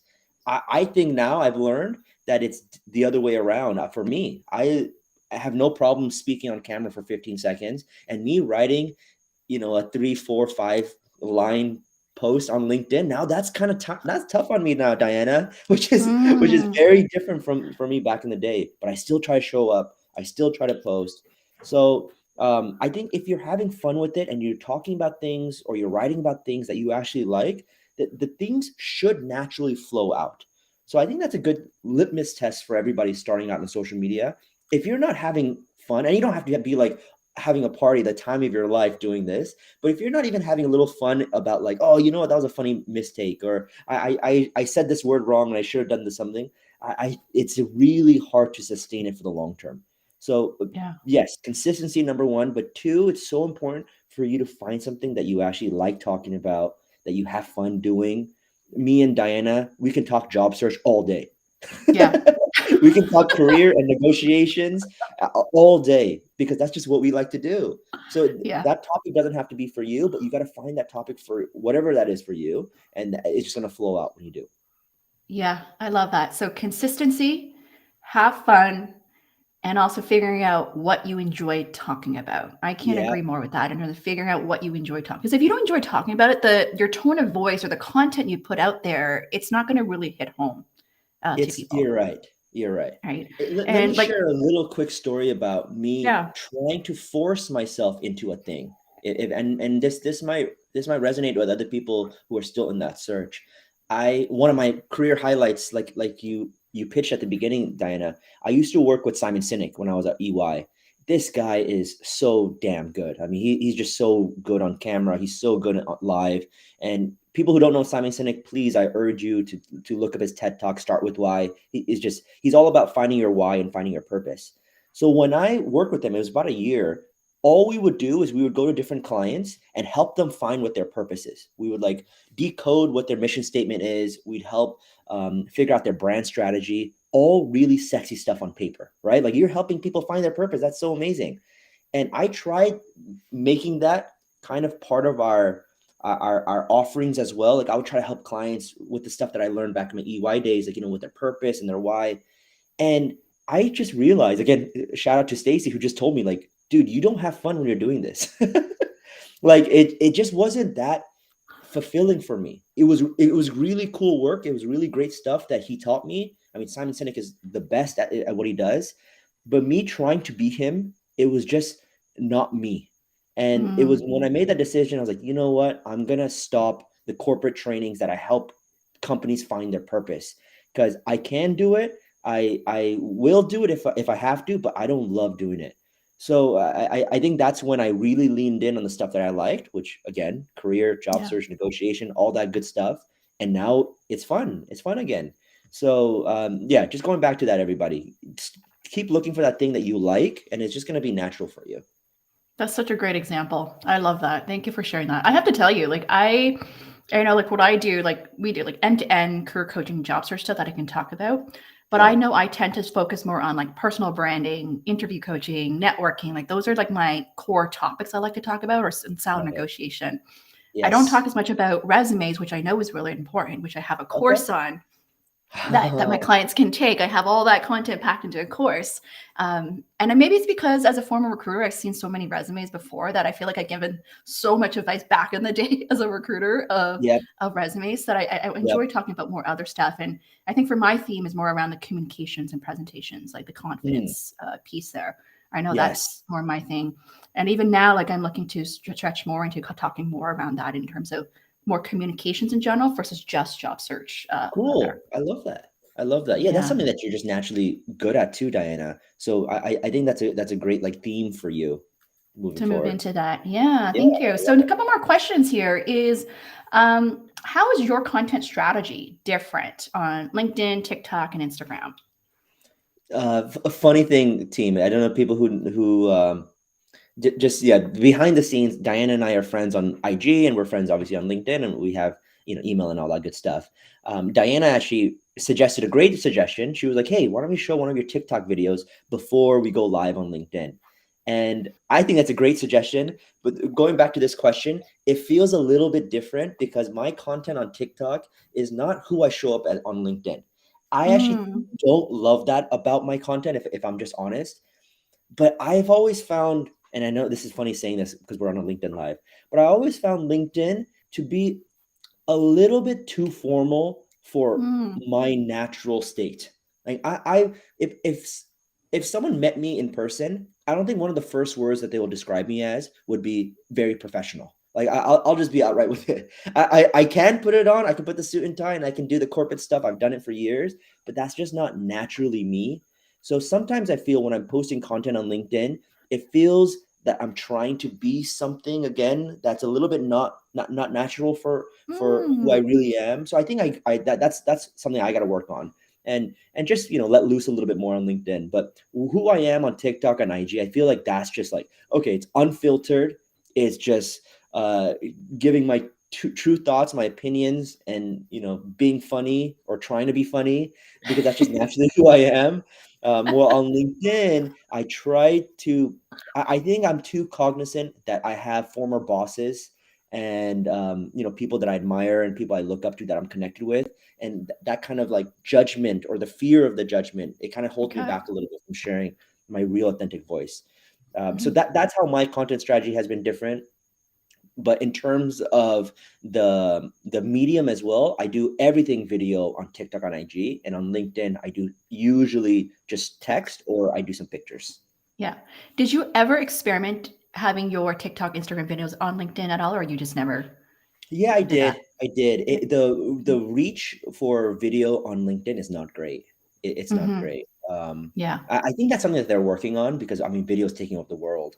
So I Yeah. think that is if I could talk to the head product guy, I would say, hey, I think there's a huge opportunity for video. We should prioritize it more. But yeah, they just they don't do as great as just text copy. Yeah, yeah. So one thing I'm hearing, a lesson here for those who are looking to start this as well, right? What shows that might mention is, if you're feeling like maybe too exposed to your colleagues or boss, maybe trying a different platform, right? Like Mm, TikTok, Instagram could be a way for you to start. And I've seen this quite a bit actually recently, like those who work in corporate but don't want their boss to see they're really active, they're using Instagram, TikTok to test out the social media content. So that could be a yeah. great strategy to test out, I would say, out there. Yep. I agree with that. But at Yeah. the end of the day, you will be found. I think that's like Well, once you you grow, keep right? in mind, right? As you grow, that's the point of social media too, right? You're trying to grow.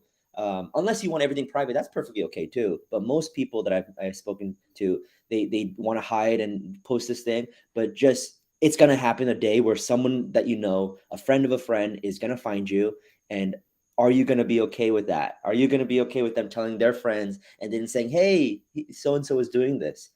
I had a time last year. This is when I was just starting off.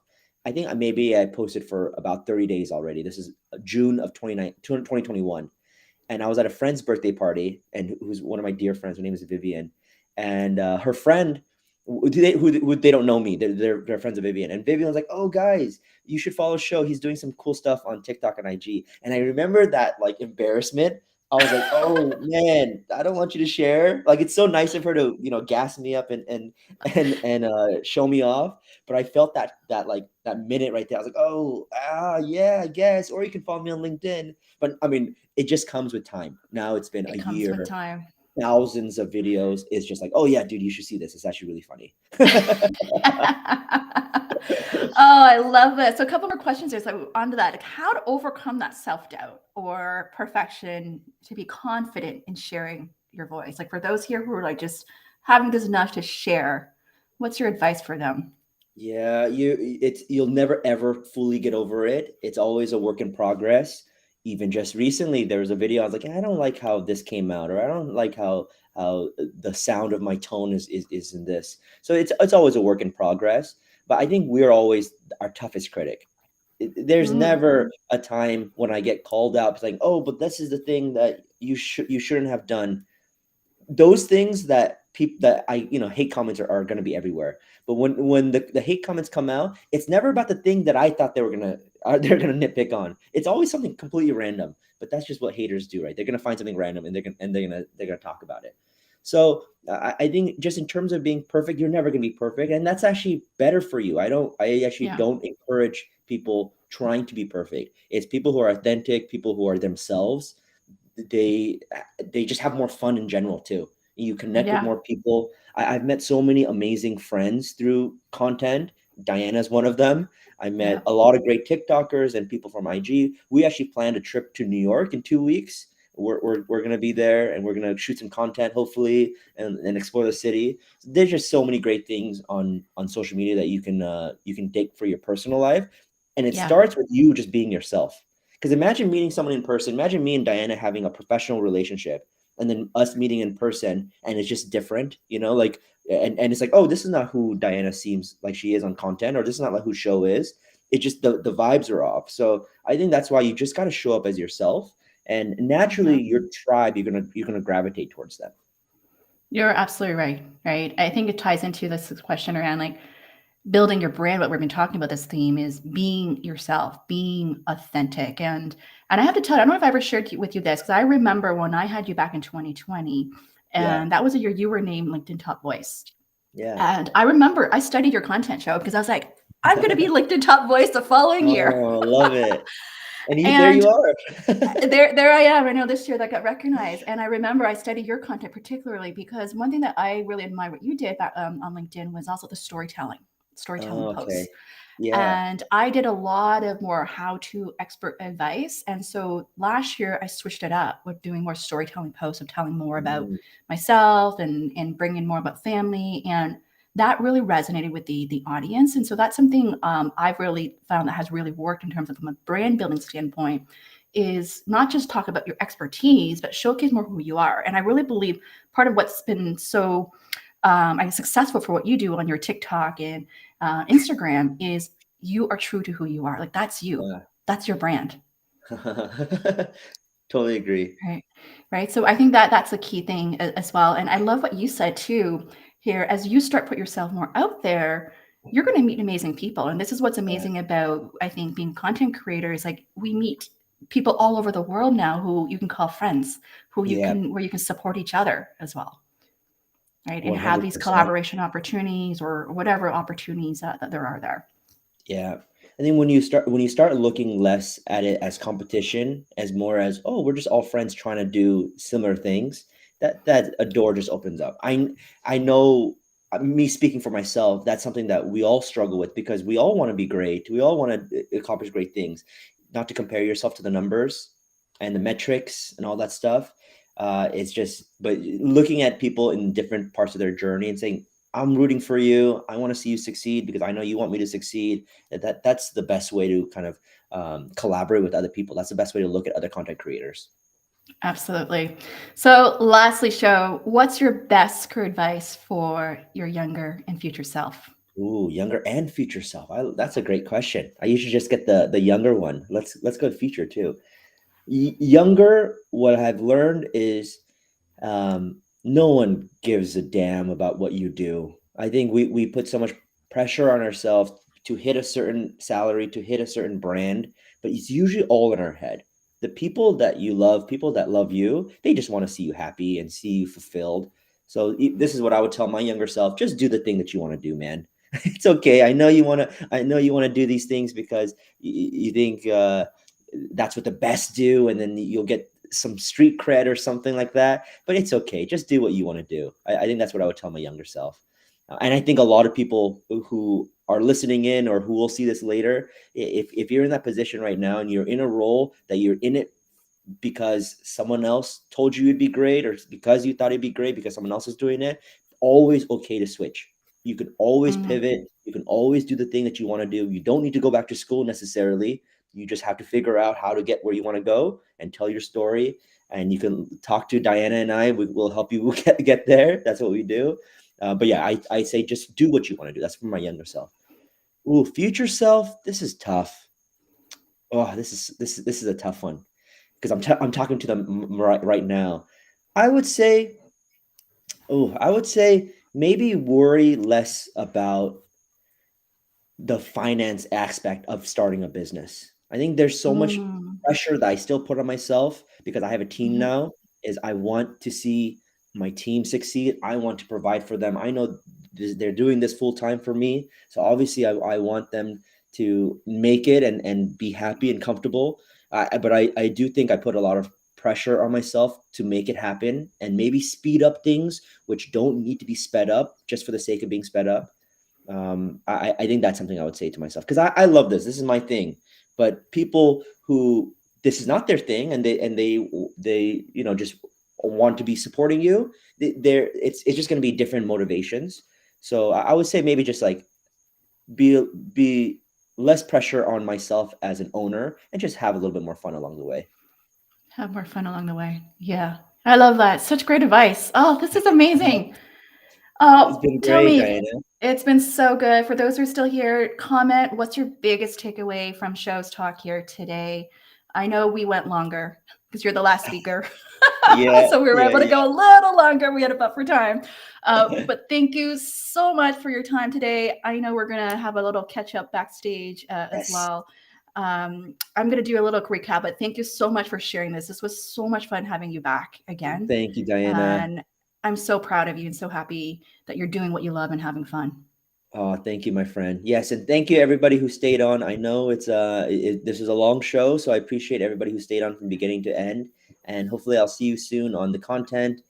Wherever I see you, I'll see you next. Amazing, amazing. All right, I'll talk to you a bit later. Cool. Bye. Oh my goodness. Wasn't that amazing? Wasn't that amazing? If you're here, type in a +1. I want to let me know that you're still here. Type in a +1 if you're still here. I'm going to do a little quick recap of the show. For those who are just tuning in or to just catch a little bit, I want to just do a quick recap so that you have some key takeaways and that you can refer back to the recording here. So I'm going to do a quick recap of all the 5 speakers quickly. First, we had our first speaker, Christine's song here, Chief People Officer at Notch. She reminded us the importance of be the difference you want to see. Number 2 is be comfortable with taking risks, especially when you're looking to work at a startup. Number 3 is manifest your career destiny by creating your own steps there. So that's Christine's talk. Second was Norm Lam. As his key takeaways were, number 1 is to keep pushing forward, be consistent, don't be your first obstacle to success, say yes. And then we had Julian Placino on the show where he talked about pivoting from corporate to entrepreneurship. And his key messages were find what you love. No such thing as an overnight success. Know yourself. Make that first step. And then we had Jeanne Agius, who came here to talk about your mental health matters. She talked about the importance of taking a leap of faith, doing more of what you love, being curious, power to the end, the generational chain. Her talk also really resonated with me, being a mother of 2 as well, is really putting yourself first, loving yourself. And then lastly, with my friend, Dewan, is to really be consistent in showing up when it comes to building your brand on social media. Find what you like talking about what you enjoy talking about so that it's fun for you, and to be your authentic self.